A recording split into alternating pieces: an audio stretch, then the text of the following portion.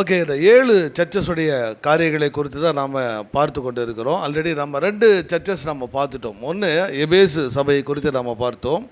அதன் பிறகு பார்த்தீங்க அப்படின்னா சிமிர்னா சபையை குறித்து நம்ம பார்த்தோம். ஏன் இன்றைக்கு இந்த 7 சபைகளை குறித்து நம்ம பார்க்கிறோம் அப்படின்னா, அந்த காலத்தில் இருந்த அதே பிரச்சனைகளும் அதே எதிர்ப்புகளும் அதே சவால்களும் இன்றைய காலத்தில் நமக்கு இருப்பதனால திருச்சபை மக்கள் நம்ம விழிப்புணர்வோடு கூட இருக்க, நம்முடைய கிறிஸ்துவ வாழ்க்கையை சாட்சியுள்ளதான வாழ்க்கையாக இந்த சமுதாயத்திற்கு முன்பாக நாம் வாழ்வதற்கும் தனிப்பட்ட முறையில் நம்முடைய வாழ்வை வளர்த்து கொள்வதற்கும் இந்த பாடங்கள் அவசியமாக இருக்கிறதுனால இதை நம்ம பார்த்துக்கிட்டு வந்துட்டு இருக்கிறோம். எபேசு சபை ஆதி அன்பை இழந்ததான திருச்சபை என்று சொல்லி நம்ம பார்த்தோம். ஸோ கண்டிக்கப்படக்கூடியதான திருச்சபையாக இருந்தது. அதே போல் சிமிர்னா சபை துன்பப்படுகிறதான திருச்சபை, ஆனால் தன்னுடைய விசுவாசத்தை அதை விட்டு விடவே கிடையாது சிமிர்னா சபை.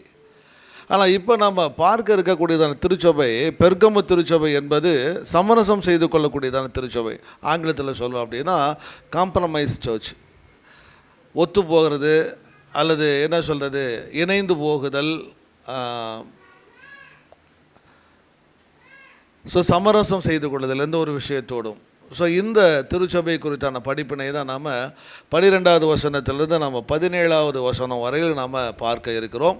ஒரு சில காரியத்தினுடைய அல்லது ஒரு சில பேக்ரவுண்டு பின்னணியை குறித்து நம்ம பார்த்துட்டு பெர்கமுவை பார்த்துட்டு அதன் பிறகு அதில் சொல்லப்பட்டதான காரியங்களை நாம் உள்வாங்கும் பொழுது அதை நாம் சரியான முறையில் புரிந்து கொள்வதற்கு நமக்கு உதவியாக இருக்கும். எபேசு பட்டினம் எப்படி மிக செல்வாக்கு மிக்கதான நகரமாய் ஒரு துறைமுக பட்டணமாய் இருக்கிறதுலே ரொம்ப பெரிய பட்டணமாக இருந்தது. 40 வருட காலங்கள் கள்ள உபதேசத்தினால் மிகவும் பாதிக்கப்பட்டு வந்த திருச்சபையாக இருந்தது. அதனுடைய செல்வாக்குகளை குறித்து நாம் எபேசு சபையுடைய பட்டணத்தின் அறிமுகத்தில் நம்ம பார்த்தோம். சிமிர்னா பட்டணம், சிமிர்னானா என்ன அர்த்தம், அந்த அர்த்தத்துக்கு உண்டான காரியங்கள் எப்படி அவருடைய வாழ்க்கையில் நடக்கிறது என்பதை நம்ம பார்த்தோம். அதே போல் கடவுள் தன்னை அறிமுகப்படுத்தி கொள்கிறதான பொழுது ஒவ்வொரு சபைக்கு உண்டான காரியத்தை குறித்து பேசுகிறதான பொழுதும் தன்னை என்ன பண்ணுறாரு, ஒவ்வொரு விதமாக தன்னை அறிமுகப்படுத்தி கொள்கிறார். எபேசு சபைக்கு சொல்கிறார் அப்படின்னா 7 பொன் குத்து விளக்குகள் மத்தியில் 7 நட்சத்திரங்களை தன்னுடைய கரங்களில் ஏந்தி கொண்டு இருக்கக்கூடியதான கடவுள். அர்த்தம் என்ன நம்ம பார்த்தோம், 7 நட்சத்திரங்கள் என்பது அதிகாரத்தை குறிக்கும், 7 பொன் குத்து விளக்குகள் என்பது கடவுள் எல்லாவற்றையும் காண்கிறவர் அறிகிறவர் என சபையில் உலாவுகிறதான தேவன் என்பதை வரலாற்று பின்னணியோடு கூட நம்ம பார்த்தோம். ஏன் அந்த எபேசுக்கு பர்டிகுலராக அந்த வார்த்தை போட்டு தன்னை அறிமுகப்படுத்திக் கொள்ளுகிறார் என்பதை. அதே போல் சிமிர்னா சபைக்கு பார்க்கதான பொழுது முந்தினவரும் பிந்தினவரும் மரித்திருந்தும் பிழைத்தோருமாக இருக்கிறதான ஆண்டவர் சொல்லுகிறதாவது என்று சொல்லி நாம் பார்த்தோம். ஏன் அந்த பர்டிகுலர் வேர்டை அந்த சிமிர்னா சபைக்கு சொல்கிறாருன்னு சொல்லி நாம் பார்த்தோம். அதே போல் இப்போ நம்ம பெர்கமுக்கு நம்ம பார்க்க இருக்கிறோம். பெர்கமு சபையை குறித்தான ஒரு சில நல்ல பாடங்கள் அல்லது நம்மளை அந்த சபையினுடைய காரியங்களோடு கூட வைத்து இன்றைக்கு நம்முடைய வாழ்க்கையை நம்ம யோசித்து பார்ப்பதற்கு நல்லது ஒரு படிப்பினை இந்த சபை நமக்கு கொடுக்கிறது. ஒன்று, பெர்கமு கிமு 282 அலெக்சாண்டர், மாவீரன் அலெக்சாண்டர் இறந்த பிறகு அவனுடைய தளபதிகளில் 4 பேர் இருந்தாங்க. சரித்திரம் படித்தவர்களுக்கு தெரியும், ஹிஸ்ட்ரி போனவர்களுக்கு தெரியும். அதில் ஒருத்தர் லைசிமாக்ஸ்ன்னு சொல்லி ஒருத்தர் இருக்கிறார். அவர் தான் இந்த பட்டணத்தை பிடித்து இந்த பட்டணத்தை தன்னுடைய தலைநகராக அறிவித்து கொண்ட ஒரு மிகப்பெரிய பட்டணம் எதுன்னு கேட்டிங்கன்னா பெர்கமு. லைசிமாக்ஸ் பிடிக்கிறதுக்கு முன்னாடியே பெர்கமு ஒரு ராயல் சிட்டியாக தான் இருந்தது. விச் மீன்ஸ் பெர்கமுடைய அந்த அமைப்பிடம், பெர்கமு எங்கே இருக்குன்றத அமைப்பிடம் பார்த்திங்க அப்படின்னா ஒரு குன்றின் மேலே ஒரு மலையின் மேலே அமைந்திருக்கக்கூடியதான ஒரு பட்டணம். மேக்சிமம் இப்போ நம்ம முன்னே சொல்லுவோம், அதாவது மலைன்றது தனியாக இருக்கும், மலையை சுற்றிலும் கீழே சமவெளிகள் தான் நகரங்கள் இருக்கும், மற்ற காரியங்கள்லாம் இருக்கும். ஆனால் பெர்கமு அப்படி கிடையாது, மலைக்கு மேலே இருக்கக்கூடியதான ஒரு மிகப்பெரிய பட்டணம். அதனால தான் எல்லா விதமான பாதுகாப்பும் அதுக்கு இருந்துச்சு, எல்லா விதமான செல்வ செழிப்பும் அதற்குள்ளாக இருந்துச்சு. ஆகவே அது ராயல் சிட்டின்னு சொன்னாங்க. ஏறக்குறைய கிமு 282 ஆரம்பிக்கப்பட்ட அல்லது லைசிமாக்ஸ்னால் தலைநகராக அறிவிக்கப்பட்டதான அந்த பட்டணம் கிபி 100 ஏறக்குறைய 400 வருஷங்கள் யோவான் வெளிப்படுத்தின விசேஷை எழுதுகிறதான 96 எழுதுகிறாரு. ஸோ அது எழுதக்கூடியதான அந்த 400 வருஷமும் அது ராயல் சிட்டியாக தான் இருந்துக்குது பெர்கமு. அந்த அளவுக்கு ஒரு செழிப்பான ஒரு பட்டணம் பெர்கமு. இன்னும் சொல்லப்போனால் அதனுடைய பெருமைகளை நம்ம சொல்லணும் அப்படின்னா, அந்த காலத்திலேயே 2 லட்சம் தோல் சுருக்கள் அடங்கியதான ஒரு மிகப்பெரியதான ஒரு லைப்ரரி அந்த பட்டணத்தில் இருந்துச்சு. தோல் சுருட்கள் அடங்கக்கூடியதான பட்டணம். ஏன் தோல் சுருள் அப்படின்னா, பெர்கமு தான் தோல் சுருள்களை பயன்பாட்டிற்கு முதலில் உலகத்திற்கு கொண்டு வந்ததான பட்டணம். பேரச்சட்டமன் நம்ம சொல்கிறோம் இல்லையா, பாப்பிரஸிலிருந்து பேரச்சட்டமெண்ட்டுக்கு போனதான காலம். அதாவது பேப்பர் என்று சொல்லக்கூடியதான காகிதத்திலிருந்து தோல் சுருளுக்கு போனதான காலம் எதுன்னு கேட்டிங்க அப்படின்னா பெர்கமுடைய காலம்தான். ஏன்னா பெர்கமுவை ஆண்டதான ஒரு பேரரசன் அல்லது ஒரு அரசர் தன்னுடைய நாட்டில் ஒரு மிகப்பெரியதான நூலகத்தை உருவாக்குவதற்காக முயற்சி செய்கிறார். அப்படி ஒரு மிகப்பெரியதான நூலகத்தை உருவாக்க முயற்சி செய்கிறதான பொழுது கிரேக்க அறிஞரான ஒரு மனுஷனை கொண்டு வந்து அந்த லைப்ரரியை உருவாக்கலான்னு சொல்லிட்டு அவர் திட்டமிடுகிறதான பொழுது கிரேக்கத்தில் இருந்ததான மாவீரன் அலெக்சாண்டருடைய தளபதி தாலமி இதை கேட்டு அந்த லைப்ரரியை ஆரம்பிக்க உதவி செய்யக்கூடியதான மனுஷனை கூப்பிட்டு சிறையில் போட்டுட்டார். பெயர்களை சொல்லலாம், அதை புரிந்து கொள்ள மாட்டேங்க, அதனால் கதை சுருக்கமாக நான் சொல்கிறேன். ஸோ சிறையில் அடைக்கப்பட்டு போனது மாத்திரமல்ல, தாலம்பி ஒரு மிகப்பெரிய கட்டுப்பாட்டை கொண்டு வந்தார். என்னன்னா, பெர்கமுக்கு இனிமேல் காகித சப்ளை பண்ணக்கூடாது அப்படின்னு சொல்லிட்டு. ஏன்னா இங்கேருந்து தான் எல்லா இடங்களுக்கும் காகிதங்கள் போயிட்டு இருக்கு. அதனால் அந்த பாப்பிரைஸ், அந்த நாணர், அந்த தோல் பேப்பர் வடிவமைக்கக்கூடியதான பொருள், மூலப்பொருள் பெர்கமுக்கு போகக்கூடாது அப்படின்ட்டார். ஆனால் இந்த லைப்ரரியை ஆரம்பிக்கணும்னு நினச்சதான அந்த ராஜா தன்னுடைய அறிஞர்களுக்கும் தன்னுடைய வீரர்களுக்கும் கட்டளையிட்டு ஆட்டு தோலினால் தோல் சுருட்களை உண்டாக்க முதல்ல பழக்கினார். தோல் சுருட்களில் எழுதப்பட்டது. அப்படி எழுதப்பட்ட ஒரு மிகப்பெரியதான நூலகத்தை உள்ளடக்கியது. அந்த காலத்திலேயே 2 லட்சத்திற்கும் மேற்பட்டதான தோல் சுருட்களை உள்ளடக்கியதான மிகப்பெரியதான நூலகத்தை கொண்டது பெர்கமு பட்டினம். ஸோ இந்த பெர்கமு மிகப்பெரிய பட்டினம் மாத்திரமல்ல, ஆனால் வியாபாரத்திற்கும் மற்றதற்கும் சரியானபடி அமைப்பு இல்லை. அதில் துறைமுகம் கிடையாது, எதுவுமே கிடையாது. அதனால் அந்தளவுக்கு வியாபாரம் பண்ணுவதற்குண்டான காரியங்கள் அதில் கிடையவே கிடையாது. அது ஒன்று தான் அதனுடைய ட்ராபேக்ஸாக இருந்திருக்கு. ஆனால் அந்த பெர்கமை குறித்து நம்ம பார்க்குறோம் அப்படின்னா, ஆனால் அதில் இருந்ததான மக்கள் எப்படிப்பட்டவர்களாக இருந்தாங்க, அதில் இருந்த திருச்சபை எப்படிப்பட்டதாக இருந்ததை நாம் ஒவ்வொரு காரியமாக ஒவ்வொரு வசனமாக நம்ம என்ன பண்ணலாம், நம்ம பார்த்து கொண்டு வரலாம். ரொம்ப சிம்பிளாக அவங்க மனது நீங்கள் வச்சுக்கணும். பெர்கமு ராயல் சிட்டி. ஏன் ராயல் சிட்டி அப்படின்னா, நிறைய காரியங்கள் அதனுடைய அந்த நகரத்தை குறித்து பேசலாம். ஒன்று, லைசிமாக்ஸ் தன்னுடைய தலைநகராக அறிவித்தார். அவர் அறிவித்ததான நாட்களிலிருந்து யோவான் எழுதின வரையிலும் அந்த பட்டணம் மிகப்பெரிய சிறப்பான பட்டணமாக தான் பார்க்கப்பட்டது. காரணம் என்னான்னு கேட்டிங்க அப்படின்னா, அங்கே இருந்த லைப்ரரியும் அதில் இருந்தான காரியங்களும். தென் மிகப்பெரியதான புகழ்பெற்றதான ஒரு கோயில் ஒன்று இருந்துச்சு. அதை நம்ம பின்னாடி நாம் பார்க்கலாம். ஒவ்வொரு விஷயத்தை எங்கே எப்படி நாம் பேசப்படுகிற மாதிரி நம்ம பார்ப்போம். ஆகவே பெர்கமு என்பது சமரசம் செய்யக்கூடியதான சபை, சமரசம் செய்து கொள்ளக்கூடியதான திருச்சபை. விளக்கப்படுத்தணும் அப்படின்னா, விசுவாசத்தில் உறுதியாக இல்லாததான ஒரு திருச்சபை. ஓகேங்களா? இப்போ 12வது வசனத்தை நம்ம வாசிக்கலாம். பெர்கமு சபையின் தூதனுக்கு நீ எழுத வேண்டியது என்னவெனில், இருபுறமும் கருக்குள்ள பட்டயத்தை உடையவர் சொல்லுகிறதாவது, உன் கிரியைகளையும் சாத்தானுடைய சிங்காசனம் இருக்கிற இடத்தில் நீ குடியிருக்கிறதையும். ஓகே, நம்ம 12 மாத்திரம். பெர்கமு சபையின் தூதனுக்கு நீ எழுத வேண்டியது என்னவெனில், இருபுறமும் கருக்குள்ள பட்டயத்தை உடைகிறவர் சொல்லுகிறதாவது. 1வது அதிகாரத்தில் எந்த வசனத்தில் நாம் இதை நம்ம பார்க்கலாம்? இருபுறமும் கருக்குள்ள பட்டயத்தை உடையவர் சொல்லுகிறதாவது. நான் ஏற்கனவே சொல்லியிருக்கிறேன். நான் 13வது வசனத்தில் இருந்து 18வது வசனம் வரையிலும் ஆண்டவர் தன்னை அறிமுகப்படுத்திக் கொள்கிறார். 16வது வசனத்தினுடைய மைய பகுதியில் நீங்கள் அந்த வார்த்தையை பார்ப்போம். வெளிப்படுத்தல் 1வது அதிகாரம் 16வது வசனத்துடைய மைய பகுதி பாருங்க. அவர் வாயிலிருந்து இருபுறமும் கருக்குள்ள பட்டயம் புறப்பட்டது. அவர் வாயிலிருந்து இருபுறமும் கருக்குள்ள பட்டயம் புறப்பட்டது. ஒவ்வொரு நகரத்திற்கும் கடவுள் தன்னை அறிமுகப்படுத்திக் கொள்ளுகிறதான பொழுது அந்த பட்டணத்தினுடைய சூழ்நிலைக்கு தக்கவாறு, அல்லது அந்த பட்டணத்தில் வாழக்கூடியதான மக்கள் எந்த வார்த்தையை சொன்னால் உடனே சொல்லுகிறவர் யார் என்பதை புரிந்து கொள்வதற்கு தக்கவாறு தான் அவர் தன்னை அறிமுகப்படுத்தி கொண்டே வரார். அதனால தான் நான் எபேசில் நான் சொன்னேன், எபேசு பட்டணம் 7 நட்சத்திரங்களை தன்னுடைய கரங்களில் ஏந்தி கொண்டிருக்கிறார். ஏன் எபேசு பட்டணத்தில் அறிமுகப்படுத்தும் போது 7 நட்சத்திரங்களை தன்னுடைய கரங்களில் ஏந்தி கொண்டிருக்கிறோன்னு சொல்லப்பட்டது? டொமிஷியன், யோவானை நாடு கடத்தினதான ரோம பேரரசன் டொமிஷியனுக்கு ஒரு பையன் பிறந்த பையன் சீக்கிரமாகவே செத்துட்டான், குழந்தை. ஆகவே அந்த குழந்தையுடைய நினைவாக ஒரு காயின் ஒன்று அவர் அடிக்கிறார், காயின் ஒன்று வெளியிடுறார். அப்போ அந்த காயினில் பார்த்தீங்கன்னா பூமியின் உருண்டையின் மீது அந்த குழந்தை உட்காந்துட்டு கையை விரிச்சிட்டு இருக்கிற மாதிரியும், அந்த குழந்தையை சுற்றிலும் 7 நட்சத்திரங்கள் இருக்கக்கூடிய மாதிரி ஒரு காயின். முன்பக்கம் தன்னுடைய மனைவி, பின்பக்கம் அந்த குழந்தை. சொல்லக்கூடியதான விஷயம் 7 நட்சத்திரங்கள் அடங்கியதான கூட்டம் என்பது ரோமருடைய ஆட்சியில் அதிகாரத்தை, பவரை குறிக்கக்கூடியதான காரியம், அத்தாரிட்டி. ஸோ அதிகாரம். அப்போ கடவுள் என்ன சொல்கிறாருன்னா, ரோமுடைய கையில் அதிகாரம் கிடையாது, அதிகாரம் என்பது என்னுடைய கரங்களில் இருக்கிறது என்று சொல்லித்தானே அறிமுகப்படுத்திக்கொள்ள. அப்போ எபேசு பட்டத்து மக்கள் ஈஸியாக புரிஞ்சுக்கிறாங்க. சிமிர்னா பட்டத்தில் சொல்லும் பொழுது சொல்கிறார், மரித்தேன் இருந்தும் மரித்தவராக இருந்தும் சதா காலங்களில் நான் உயிரோடு இருக்கிறவர், முந்தினவர் பிந்தினவர். சிமிர்னா சபை துன்பப்படக்கூடியதான சபை. நிறைய பேர் எரிக்கப்பட்டாங்க, நிறைய பேர் கொல்லப்பட்டாங்க, நிறைய பேர் கிறிஸ்தவங்க துன்பத்திற்குள்ளாக போனாங்க. சிமிர்னாவில் போப்பாக இருந்தவர் தான் பாலிகார்ப் தன்னுடைய 83வது வயதில் உயிரோடு எரிக்கப்பட்டார். ஆக மிகவும் சிரமத்திற்குள்ளான சபை. அந்த சபையை பார்த்து சொல்லார், ஐ ஆம் the first and the last. நான் முந்தினவரும் பிந்தினவருமாக இருக்கிறேன். காரணம், நான் எப்பொழுதுமே இருக்கக்கூடியதான ஆண்டவர். ஸோ இந்த காலம் என்பதில்லை, எல்லா காலம் நான் இருக்கிறேன், ஆகவே நீங்கள் பயப்படாதீங்கன்றதுக்காக அதை சொன்னார்.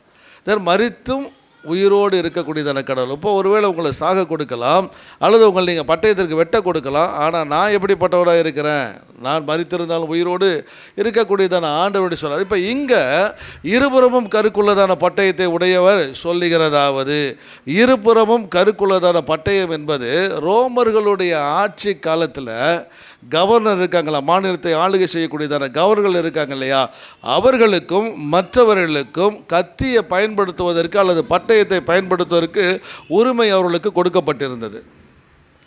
ஒருவேளை இந்த கவர்னர் போஸ்டில் இருக்கிறவங்க மாத்திரம்தான் பட்டயத்தை என்ன பண்ணணும், பயன்படுத்தணும். மற்ற அதிகாரிகளோ மற்றவர்களோ கத்தி என்ன பண்ணக்கூடிய, பட்டயத்தை என்ன பண்ணக்கூடிய, பயன்படுத்த கூடாது. ஆகவே தான் ரோமருடைய ஆட்சி காலத்தில் மாநிலத்தை ஆளக்கூடியதான கவர்னருங்க நிறைய பேர் தன்னுடைய பட்டயத்தை பயன்படுத்தி கிறிஸ்தவர்களை கொன்றாங்க. சொல்ல வருது புரியுதுங்களா? அப்போ பெர்கமுக்கு தன்னை அறிமுகப்படுத்தும் போது சொல்கிறாரு, அதிகாரம் என்பது ஆளுநர்களுக்கு மாத்திரம், அவங்க கையில் பட்டயம் இருக்கிறதுனால அவங்க பெரிய ஆள் கிடையாது, பட் என் கையில் இருக்கிறது இருபுறமும் கருக்குள்ளதான பட்டயம் என்று சொல்லுகிறது. மனிதர்களை காட்டிலும் நான் பெரியவன். உங்களுக்கு யாராவது ஒரு மனுஷன் தான் இந்த அதிகாரத்தை கொடுத்துருக்குறான், அது குறிப்பிட்ட நபர் தான் நீங்கள் பயன்படுத்தணும். ஆனால் நான் அப்படி இல்லை, கடவுள் எனக்கு எல்லா அதிகாரமும் இருக்கிறது. ஒருவேளை உங்கள் கையில் இருக்கிறது ஒன் சைட் ஷார்பன் பண்ணதாக இருக்கலாம், ஒரு புறம் கருக்குள்ளதான பட்டயமாக இருக்கலாம். ஆனால் என்கிட்ட இருக்கிறது இருபுறமும் கருக்குள்ளதான பட்டயம். ஆகவே அதிகாரம் மீண்டும் சொல்கிறாரு, அந்த பெர்கமுள்ள சூழ்நிலை குறித்து பேசும் பொழுது, அதிகாரம் என்பது உங்களை ஆளுகிறவரிடத்தில் அல்ல, அதிகாரம் என்பது என்னிடத்தில் இருக்கக்கூடியதான காரியம். இந்த இருபுறமும் கருக்குள்ள பட்டய வார்த்தையை சொன்னாவே பெர்கமில் இருக்க மக்கள் ஈஸியாக என்ன பண்ணிடுவாங்க, கடவுள் தன்னுடைய அதிகாரத்தை குறித்து பேசுகிறார் என்று சொல்லி என்ன பண்ணப்படும், புரிந்து கொள்ளுவாங்க. ஸோ தன்னுடைய அதிகாரத்தை குறித்து 12வது வசனத்தில் பேசினவர் 13வது வசனம் எப்படி பேசுகிறார், அந்த மக்களை எப்படி பார்க்குறார், அந்த மக்களை எப்படி பாராட்டுகிறார். உன் கிரியைகளையும் சாத்தானுடைய சிங்காசனமாய் இருக்கிற இடத்தில் நீ குடியிருக்கிறதையும். 1வது வருஷம் 3 காரியங்கள் அந்த இடத்துல பேசிட்டு பார். ஹைலைட் பண்ணுறது 13வது வருஷம் 3 காரியங்களை பேசுவார். ஒன்று, நீ சாத்தானுடைய இடத்தில் குடியிருக்கிறதையும் அண்டர்லைன் பண்ணிக்கோங்க. அதான் அடுத்து, நீ என் நாமத்தை பற்றி கொண்டிருக்கிறதையும். நீ என் நாமத்தை பற்றி கொண்டிருக்கிறதையும். 2வது வார்த்தை, சாத்தான் குடிக்கொண்டிருக்கிற இடத்திலே உங்களுக்குள்ளே எனக்கு உண்மையுள்ள சாட்சியான அந்திப்பா என்பவன் கொல்லப்பட்ட நாட்களிலும் என்னை பற்றும் விசுவாசத்தை நீ மறுதலியாமல் இருந்ததையும். என்னை பற்றும் விசுவாசத்தை நீ மறுதலியாமலும் இருந்ததை நான் அறிந்திருக்கிறேன். நாங்கள் 3 காரியங்கள் அவர் என்ன பேசுகிறார். ஒன்று குடியிருக்கிறது, இன்னொன்று பற்றி கொண்டிருக்கிறது, இன்னொன்று விசுவாசத்தை மறுதலியாமல் இருக்கக்கூடியதான காரியம். 13வது வசனம் பெர்கமு சபையை குறித்து விளக்கப்படுத்துகிற பொழுது ஆண்டவர் அவங்களை பாராட்டுகிறதான பொழுது இந்த வார்த்தைகளை சொல்லி என்ன பண்ணுறார், அந்த அவங்கள பாராட்டுகிறார். இந்த 3 சர்ச்சை நம்ம பார்க்குறோம். ஒரே ஒரு சபை மாத்திரம் என்ன பண்ணல, ஆண்டவருடைய கண்டிப்புக்குள்ளாக வரல, கடவுளுடைய கண்டிப்புக்குள்ளாக வரல. சிமிர்னா சபையை பார்த்தீங்க அப்படின்னா எந்த ஒரு கண்டிப்பும் இருக்கவே இருக்காது. ஆனால் எபேசு சபையை பார்த்தீங்க அப்படின்னா குறைகள் இருக்குது, மனம் திரும்ப கண்டிப்பு இருக்குது. அதுக்கு முன்னாடி பாராட்டுவார். என்ன பாராட்டுவார், அவருடைய கிரியைகளை நான் அறிந்திருக்கிறேன், அப்போஸ்தலர் என்று சொல்லியும் அப்போஸ்தலர் அல்லாதவர்கள் என்ன பண்ணியிருக்கிறேன், நீ இனம் கண்டு அவங்களை வேறு பிரித்து அறிஞ்சு நீ அவங்க கூட சேராமல் இருக்கக்கூடிய அந்த குணத்தை நான் பார்த்துருக்கேன்னு சொல்லி என்ன பண்ணுவார், முதல்ல அவங்கள பாராட்டுவார். உன்னுடைய பிரயாசம், நீங்கள் இளையப்படையாமல் இருக்கக்கூடியதான் உங்களுடைய பிரயாசம், உங்களுடைய பொறுமை எல்லாத்தையும் நான் பார்த்துருக்கேன், எனக்கு தெரியும்னு சொல்லிட்டு எபேசுக்கு சொல்லுவார். இங்கே பெர்கமுக்கு சொல்லும்போது சொல்கிறாரு, சாத்தானுடைய சிங்காசனம் குடியிருக்கக்கூடியதான இடத்தில் நீ குடியிருக்கிறதையும். நிறைய தவறுதலான இன்டர்பிரட்டேஷன், தவறுதலான விளக்கங்கள் இந்த வசனத்தை குறித்து நிறைய போயிட்டு இருக்கு. நிறைய காரியங்களை புரிந்து கொள்ள முடியாது சொல்லிட்டு இருக்கிறார். எப்படி சாத்தானுடைய சிங்காசனத்தை குடியிருக்கக்கூடியதான இடத்தில் மக்கள் குடியிருக்க முடியும்? ஆண்டோடைய பிள்ளைங்க எப்படி நம்ம குடியிருக்கலாம்? நிறைய கேள்விகளை போட்டு தவறான விளக்கங்களை கொடுத்து கொண்டு இருக்காங்க. சாத்தானுடைய சிங்காசனம் குடியிருக்கும் இடத்தில் நீ குடியிருக்கிறதையும்.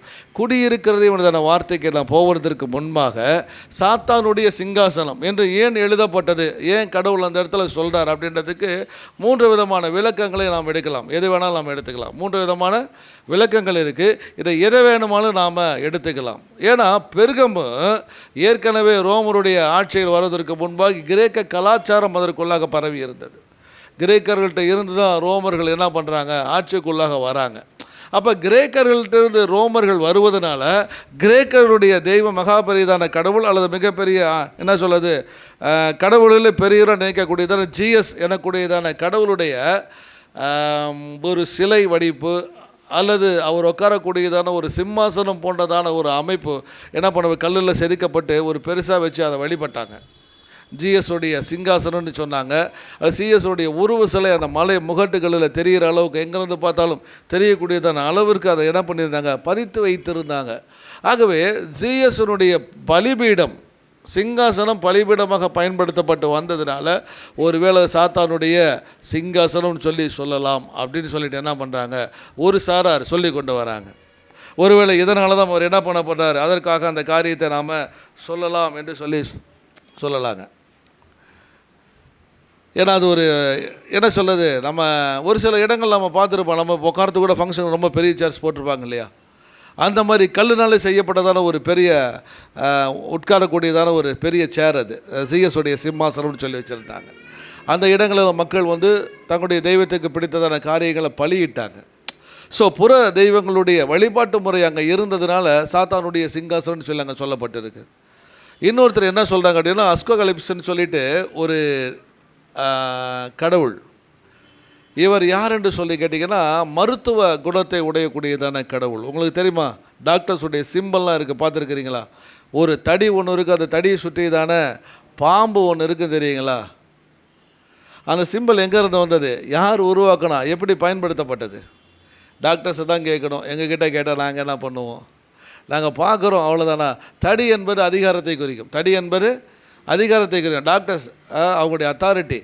தென் அதில் இருக்கக்கூடியதான பாம்பு தன்னுடைய சட்டைகளை அப்பப்போ கலைந்து புது உருவெடுக்கும். அதனால் நோயாளிகள் தங்களுடைய நோய் தீர்ந்து மீண்டுமாக ஒரு புதிய வாழ்க்கைக்குள்ளாக திரும்புவாங்க. இதுதான் அந்த தடிக்கும் அந்த பாம்புக்கு உண்டானதான அர்த்தம். அதுக்கு பெர்கமுல இந்த அஸ்கோலிஸான கடவுள்கிட்ட வந்ததான காரியம்தான். மருத்துவ கடவுளாக பார்க்கப்பட்டார். ஜிஎஸுக்கும் அப்போலோக்கும் இன்னொரு கிரேக்க கடவுள் 2 பேர்த்துக்கு பிறந்ததான ஒரு மகன். இந்த மகன் தன்னுடைய மருத்துவ குணத்தினாலே வளர்ந்து கடவுளாக மாறுகிறார். இவர்கிட்ட வரவங்க எல்லாம் என்ன பண்ணுறாங்க, சுகம் பெறுவதனால மனிதனுடைய இறப்புடைய விகிதம் ரொம்ப குறைஞ்சி போகுது.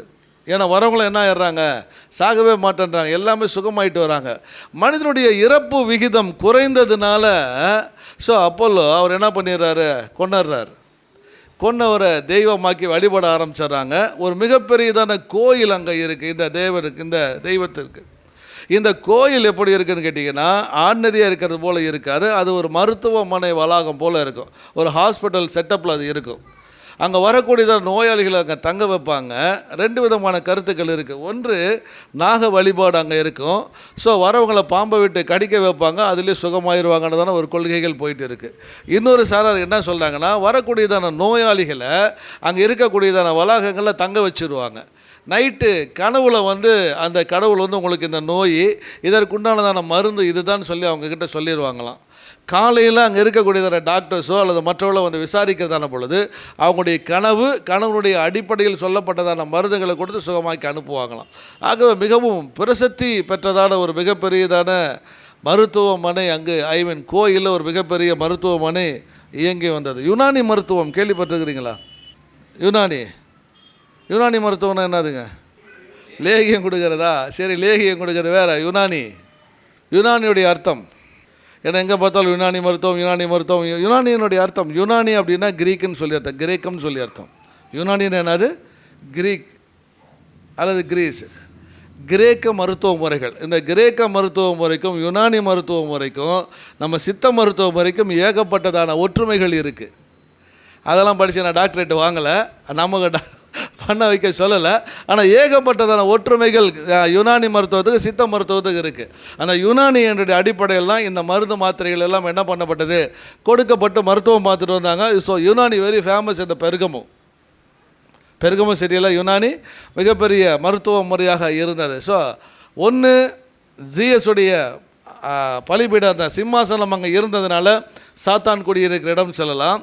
இரண்டாவது நாகதேவதனுடைய மற்றும் அஸ்கோலிப்ஸ் அந்த தேவதனுடைய அந்த கடவுளுடைய மருத்துவமனை கோயில் அங்கே இருந்ததுனால இது சாத்தானுடைய சிங்காசனம்னு சொல்லலாம். மூன்றாவது சீசர் வழிபாட்டு முறைகள் அங்கே இருந்தது. சீசர் வழிபாட்டு முறை, சீசருடைய வழிபாட்டு முறை என்னது, ரோமர்கள் ஆட்சியில் சீசர்கள் கடவுளாக பார்க்கப்பட்டாங்க, கடவுளை வழிபட்டாங்க. அவங்களுக்கு கேட்கப்பட்டதான ஒரே ஒரு காரியம், வருஷத்தில் ஒரு முறை நீதிபதி முன்னாடி வந்து சீசர் சிலைக்கு முன்பாக தூவம் கட்டி சீசர் வாழ்கன்னு சொன்னால் போதும், அவ்வளோதான்.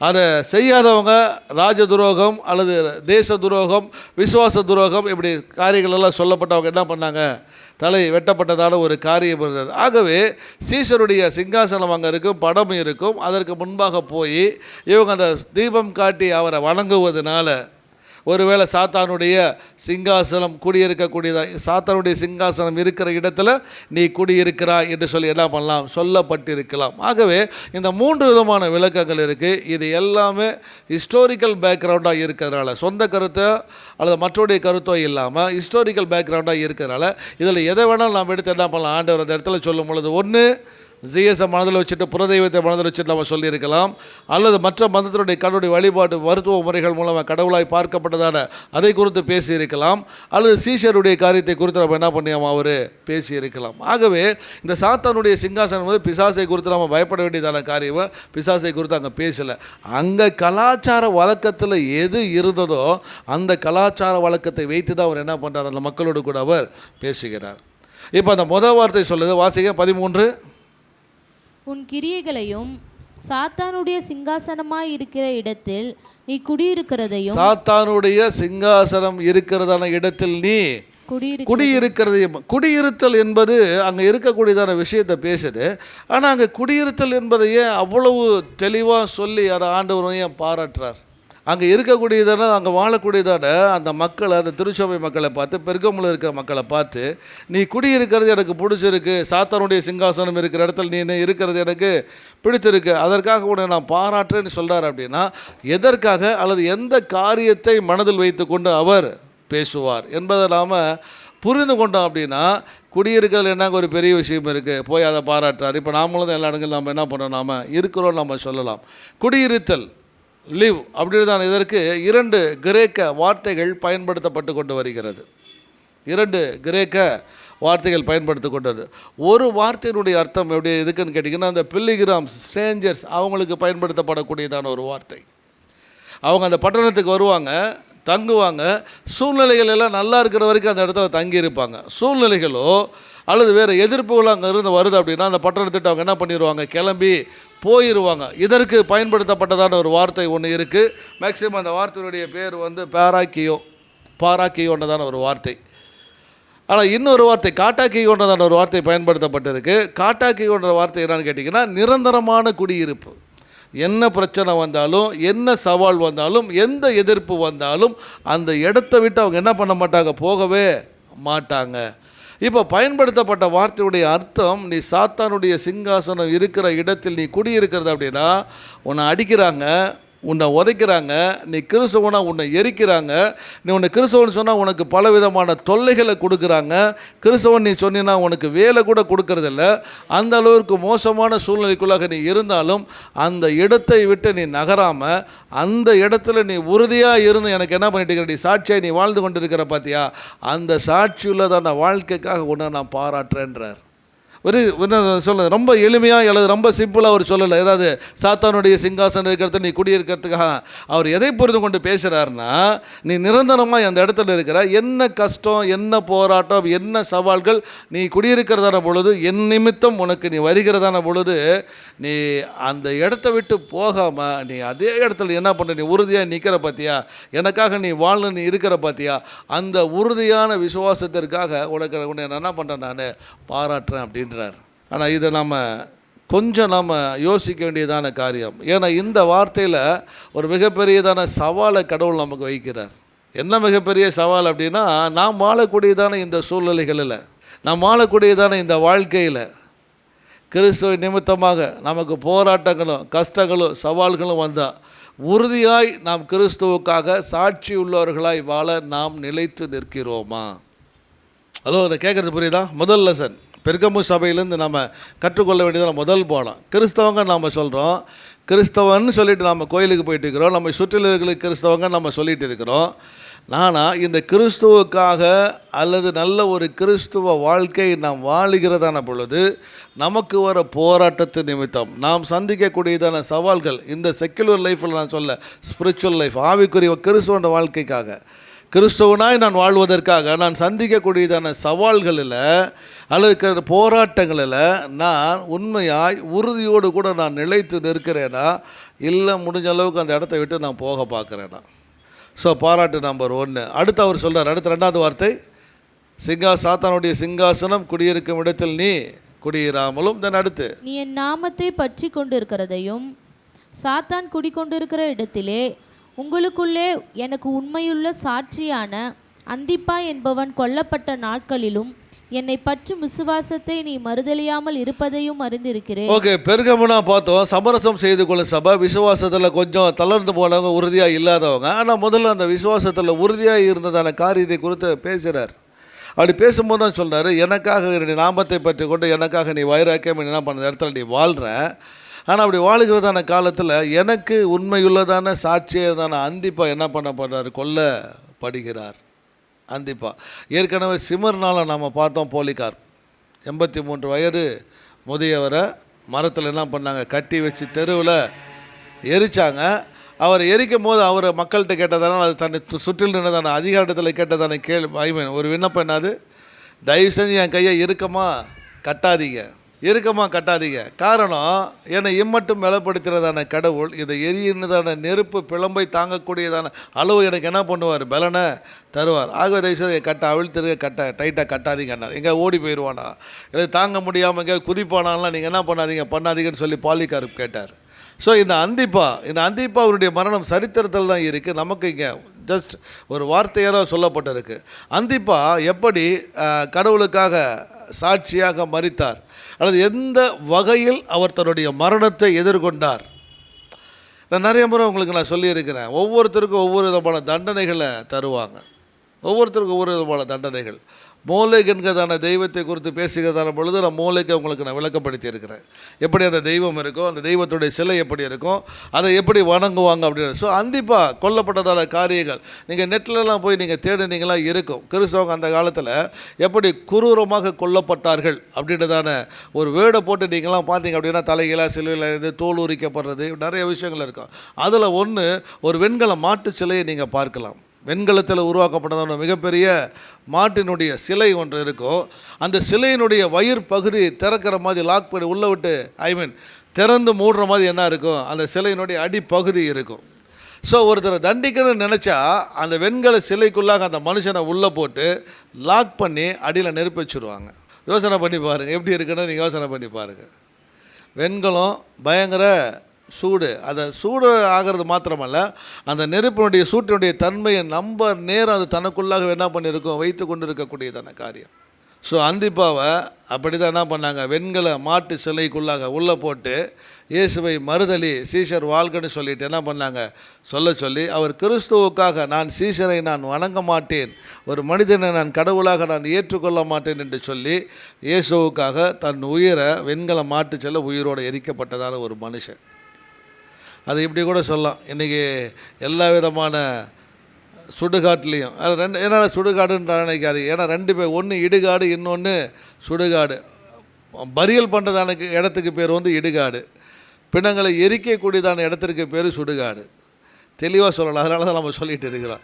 அங்கே பார்த்தீங்கன்னா இப்போ பாடியெல்லாம் கொண்டு போய் விட்டால் ஒரு எரியிற நெருப்புக்குள்ளே போனால் அடுத்த செகண்ட் என்ன ஆயிடுது, அது சாம்பலாகி வருது இல்லையா. மேக்ஸிமம் அந்த எக்ஸ்ட்ரீம் லெவலை யார் அனுபவிச்சிருப்பான்னு கேட்டிங்கன்னா அந்திப்பா அனுபவிச்சிருப்பார். அந்த வெண்கல சிலை சூடாக்கப்பட தன்னுடைய சரீரம் எரிக்கப்பட்டு என்ன பண்ணியிருப்பார், சாம்பலாக இருப்பார். ஸோ விசுவாசம் மறுதளிக்காமல் இருந்ததற்குண்டானதான ஒரு உதாரணம். ஆனால் அந்த உதாரணத்தை கடவுள் பாராட்டுகிறதான பொழுது ஒரு வார்த்தையை போட்டு பாராட்டுறார். அதை படிச்சுக்கலாம். எனக்கு உண்மையுள்ள சாட்சியாகிய அந்திப்பா. நான் முதல் கேள்வி நான் வச்சேன், சாத்தான் குடியிருக்கக்கூடியதான இடத்துல சிங்காசனம் இருக்கிறத நீங்கள் இருக்கிறீங்களேன்னு சொல்லி பாராட்டு கிடைக்கும் பொழுது அவர்கள் எல்லா விதமான சவால்களையும் எதிர்கொண்டு போராட்டங்களையும் எதிர்கொண்டு கடவுளுக்காக உறுதியாக இருந்தாங்க. அந்த உறுதி நமக்குள்ளாக இருக்கான்னு சொல்லி நான் கேட்டேன். பெருகமு சமையலேருந்து நம்ம பார்க்குறோம், எனக்கு எத்தனையோ மாடர்ன் கிறிஸ்டியானிட்டி எவ்வளோ உள்ளே வந்துருச்சு. ஆனால் சாட்சி அப்படின்ற விஷயத்தில் பார்த்தீங்க அப்படின்னா there is no witness. ரொம்ப ஒரு சிலர் தான் உண்மை கிறிஸ்தவர்களாக இருக்காங்க. மீது எல்லாருமே ஒன்லி நேம் ஷேக், பெயருக்காக கிறிஸ்தவர்களாக தான் இருக்காங்க. அதனால தான் கிறிஸ்தவத்தினுடைய மதிப்பு மரியாதை எல்லாமே போயிடுச்சு. இரண்டாவது விஷயம் இங்கே சொல்லப்பட்டதான காரியம் உண்மையுள்ள சாட்சி. ஆக்சுவலாக அந்த உண்மையுள்ளதான சாட்சி என்று சொல்லி அந்திப்பாவை அழைக்கிறார். எவர் ஒருவர் கிறிஸ்துவுக்காக உண்மையாக இருக்கிறார்களோ அந்த உண்மையாய் விசுவாசத்தில் உறுதியாக இருக்கிறதான மனிதர்களுக்கு கடவுள் எப்படிப்பட்டதான கனத்தை கொடுக்கிறார் என்பதை இந்த வார்த்தை நமக்கு கற்றுக் கொடுக்கும். எந்த வார்த்தை? உண்மையுள்ளதான சாட்சி. ஏன் இந்த உண்மையுள்ளதான சாட்சி என்பது அவ்வளவு பெரிய கனமுள்ள வார்த்தைன்னு கேட்டிங்கன்னா, வெளிப்படுத்தல் 1வது அதிகாரம் 1வது அதிகாரம் 5வது வசனம் இயேசு கிறிஸ்துவை பற்றியதான என்ன சொல்கிறது, இன்ட்ரோடக்ஷன், இயேசுவை பற்றி அறிமுகப்படுத்துகிறதான பொழுது எந்த வார்த்தையை போட்டு துவங்குறாங்க பாருங்கள். வெளிப்படுத்தல் 1:5, உண்மையுள்ள சாட்சியும் மரித்தோரிலிருந்து முதற் பிறந்தவரும் பூமியின் ராஜாக்களுக்கு அதிபதியுமாகிய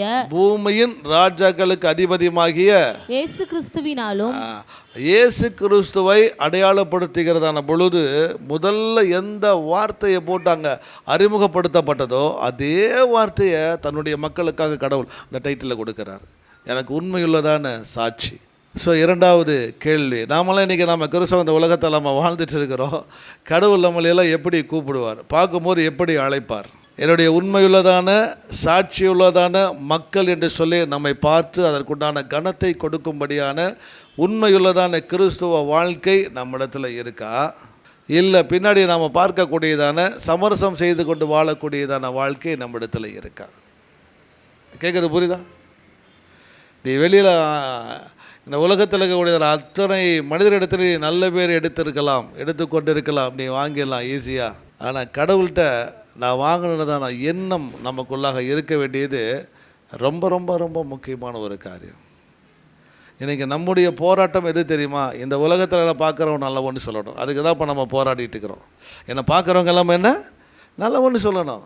ஆனால் கடவுளுக்கு முன்பாக நான் நிற்க தர பொழுது கடவுள் என்ன நல்லவன்னு சொல்லுவாரான்றதான கேள்வி வந்துச்சு அப்படின்னா அதற்கு நாம் எந்த ஒரு முயற்சியை நம்ம எடுப்பதா தெரியல. அதற்கு உண்டான காரியத்தை நம்ம மனசில் வச்சுருக்கோமான்னு கூட என்ன பண்ணலாம் நமக்கு தெரியல. ஏன்னா இப்போ அடுத்து நான் சொன்ன மாதிரி இப்போ நம்மளே காம்ப்ரமைஸ் பண்ணிக்கிட்டோம். என்னன்னா ஓகே, நான் வாழக்கூடியதான் இந்த வாழ்க்கை எனக்கு போதும், என்ன ஆவிக்குரிய ஒழுங்காக நான் சர்ச்சுக்கு வரேனா, பைபிளை படிக்கிறேனா, ஒரு காணிக்கையை போகிறேனா, ஜெபம் பண்ணுறேனா, ஃபாஸ்டிங் இருக்கிறேனா, ஊழியத்தில் கொஞ்சம் நான் பங்கு கொள்ளலாம், தட்ஸ் இனஃப், இது போதும் நம்ம நினச்சிட்டு இருக்கிறோம். இட்ஸ் நாட் இனஃப், இது பத்தாது. ஏன்னா சாட்சின்றது ரொம்ப ரொம்ப முக்கியமான ஒரு காரியம். அதனால் கடவுள் அங்கே சொல்லும்போது சொல்கிறார், உடைய விசுவாசத்தை மறுதலியாமல் உண்மையுள்ளதான சாட்சி என்று சொல்லி கடவுள் தனக்கு கொடுக்கப்பட்டதான அதே பெருமையை, அதே புகழை, அதே குணத்தை தனக்காய் நிற்கக்கூடியதான தன்னுடைய மக்களுக்கு கொடுப்பதற்கு அவர் தயாராக. அப்போ அது எந்த அளவுக்கு ஹானர் அப்படின்றத நினச்சி பாருங்கள். இன்றைக்கி நம்ம பேருக்கு பின்னாடி எத்தனையோ டைட்டில் போட்டுக்கிறதுக்கு நாம் அலைஞ்சிக்கிட்டு இருக்கிறோம். போட்டால் அந்த டைட்டில் கிடைச்சதுன்னா என்ன பெருமையை பேசிக்கலாம், டாக்டர், என்ஜினியர், வக்கீல், ஒன்று நம்மளை சமுதாயத்தில் நம்ம பெருமை அடையாளப்படுத்திக்குள்ளே நம்ம போராடிட்டு இருக்கிறோம். ஆனால் நம்ம டைட்டிலுக்கு முன்னாடி, நம்ம பேருக்கு முன்னாடி த ஃபெய்த்ஃபுல் விட்னஸ் அப்படின்றதான வார்த்தை கடவுள் நமக்கு கொடுப்பாரா அப்படின்னு சொல்லி கொஞ்சம் சிந்திச்சு பாருங்கள். அதுதான் கிறிஸ்துவ வாழ்க்கை. இதெல்லாம் வாழ்க்கையே கிடையாது. ஸோ 13வது வசனத்தில் நம்ம இருக்கக்கூடியதான மிகப்பெரிய சவால் அதுதான். அந்த 2 காரியங்கள் பெருகமு சபையிலேருந்து நம்ம கற்றுக்கொள்ளக்கூடியதான காரியம். 14வது வசனம். ஆகிலும் சில காரியங்களை குறித்து உன் பேரில் எனக்கு குறை உண்டு. ஓகே, இப்போ பாராட்டிட்டவர் அடுத்து என்ன பண்ணுறாரு? குறைகளை சொல்லுவார். நீங்கள் நல்லா புரிஞ்சுக்கோங்களேன். என்ன புரிஞ்சுக்கிறேன்னா, பவுலுடைய எழுத்து நடையும் பாருங்கள், யோவானுடைய எழுத்து நடையும் பாருங்கள், கடவுள் அவர் பேசக்கூடியதான வழிமுறைகளையும் பாருங்கள். நீங்கள் ஒருத்தரை கண்டிக்கணும் அல்லது நீங்கள் ஒருத்தர் திருத்தணும் அப்படின்னா மனுஷன் நாம் செய்யக்கூடியதான காரியம் எடுத்தோன்னா அவங்கள குறை சொல்லி அவங்ககிட்ட தன தவறுகளை நம்ம முன்ன வச்சு அவங்கள எந்த அளவுக்கு காயப்படுத்தணுமோ அந்த அளவுக்கு நம்ம காயப்படுத்தி அவங்கள நம்ம திட்டி நம்மளை வெளிப்படுத்தி காட்டி கொண்டு இருப்போம். ஆனால் பவுல் அந்த காரியத்தை செய்ய மாட்டார். இப்போ யோவான் அந்த காரியத்தை செஞ்சுருக்க மாட்டார். கடவுளும் அந்த காரியத்தை செய்வதில்லை. எப்போவுமே முதல்ல பாராட்டுவாங்க. பவுலுடைய அநேக எழுத்து நடையை பார்த்தீங்கன்னா முதல்ல பாராட்டு இருக்கும். நான் நினைக்கிறேன், உங்களுக்காக நான் ஜெபம் பண்ணுறேன், நீங்கள்லாம் இப்படி இருந்தீங்கன்னு சொல்லிட்டு முதல்லலாம் நல்ல விஷயத்தெல்லாம் பேசிடுவார். அதுக்கப்புறம் குச்சை கையில் எடுத்தார்னா படம்னு வச்சுக்கிட்டே வருவார். நீ இதை செய்கிற, நீ இதை செய்கிற, இது சரியில்லை, அது சரியில்லை, அது சரியில்லை, வரிசையாக பேசிக்கிட்டே வருவார். அதுபோல் இங்கே முதல்ல பாராட்டு. எல்லா சபைக்கும் என்ன செய்கிற, ஓகே குட், கிரியை அணிஞ்சிருக்கிற, என்ன செஞ்சுட்டு இருக்கிற, பொறுமையாக இருக்கிற, பிரயாசப்படுற, உறுதியாக இருக்கிற, விசுவாசம் மறுதலியாமல் இருக்கிற, எனக்காக நீ ரத்த சாட்சியாக மறிக்கிற, எவ்ரிதிங் இஸ் குட், ஃபைன், நல்லது. But the operation success but அப்படின்னு போடுறாங்க பற்றி, அந்த மாதிரி you are all a perfect people, okay good, நீங்கள் எனக்காக இருக்கக்கூடியதானே சுத்தமானவங்க, ஆனால் அப்படின்ட்டாருனா முடிஞ்சு போச்சு. ஆக சொல்ல ஆகிலும் அப்படின்ற வார்த்தை வந்த, ஆகிலும் உன் பேரில் எனக்கு ஒரு குறை உண்டு. என்ன குறை? விக்கிரகங்களுக்கு படைத்தவைகளை குறித்து விக்கிரகங்களுக்கு படைத்தவைகளை புசிப்பதற்கும் வேசித்தனம் பண்ணுவதற்கும் ஏதுவான இடரலை இஸ்ரவேல் புத்திரருக்கு முன்பாக போடும்படி பாலாக் என்பவனுக்கு போதனை செய்த பிலேயாமுடைய போதகத்தை கைக்கொள்ளுகிறவர்கள் உன்னிடத்தில் உண்டு. ஓகே, எல்லாமே நீ எனக்கு பண்ணிட்டு வர, ஆனால் பாலாமுடைய போதனையை, அவனுடைய டாக்டரினை, அவனுடைய உபதேசத்தை அல்லது அவனுடைய டீச்சிங்கை பின்பற்றி வரதான கை கொள்ளக்கூடியதான மக்கள் உன்னிடத்தில் உண்டு. பாலாக்குடைய சம்பவம் நமக்கு நல்லாவே தெரியும். பாலாக் ராஜா பிலேயாம்னால் என்ன பண்ணுறான்? பிலேயாம் அனுப்பி இஸ்ரவேல் மக்களை சபிக்க சொல்கிறார். அவரால் என்ன பண்ண முடியல? சபிக்க முடியல. திரும்ப வரார். கடவுளை கூட துணையாக இருக்கிறதுனால அந்த மக்களை என்னால் என்ன பண்ண முடியாது? சபிக்க முடியாது. அப்போ என்ன பண்ணலாம்? ரொம்ப ஈஸி. ஒரு தப்பும் ஒரு இதுவும் பண்ண வேணாம். உங்கள்கிட்ட இருக்கக்கூடியதான் அழகான பெண்களெல்லாம் முன்னாடி கொண்டு போய் நிறுத்துங்க. அவங்க அந்த மக்களை அந்த பெண்கள் என்ன பண்ணிட்டு அவங்க கல்யாணம் பண்ணிக்கிட்டோம். அவங்க பிறக்கக்கூடியதான குழந்தைங்க யாருடைய குழந்தைங்களாம் மாறுவாங்க. ஸோ அந்நிய தெய்வத்தை வழிபடக்கூடிய குழந்தைகளை ஈஸியாக அந்த பழக்கம் வந்துடும். முடிஞ்சு போச்சு. சாலமோன் ராஜாவை அதில் தப்பிக்கலை. மிகப்பெரியதான நாணி சாலமோன் ராஜா.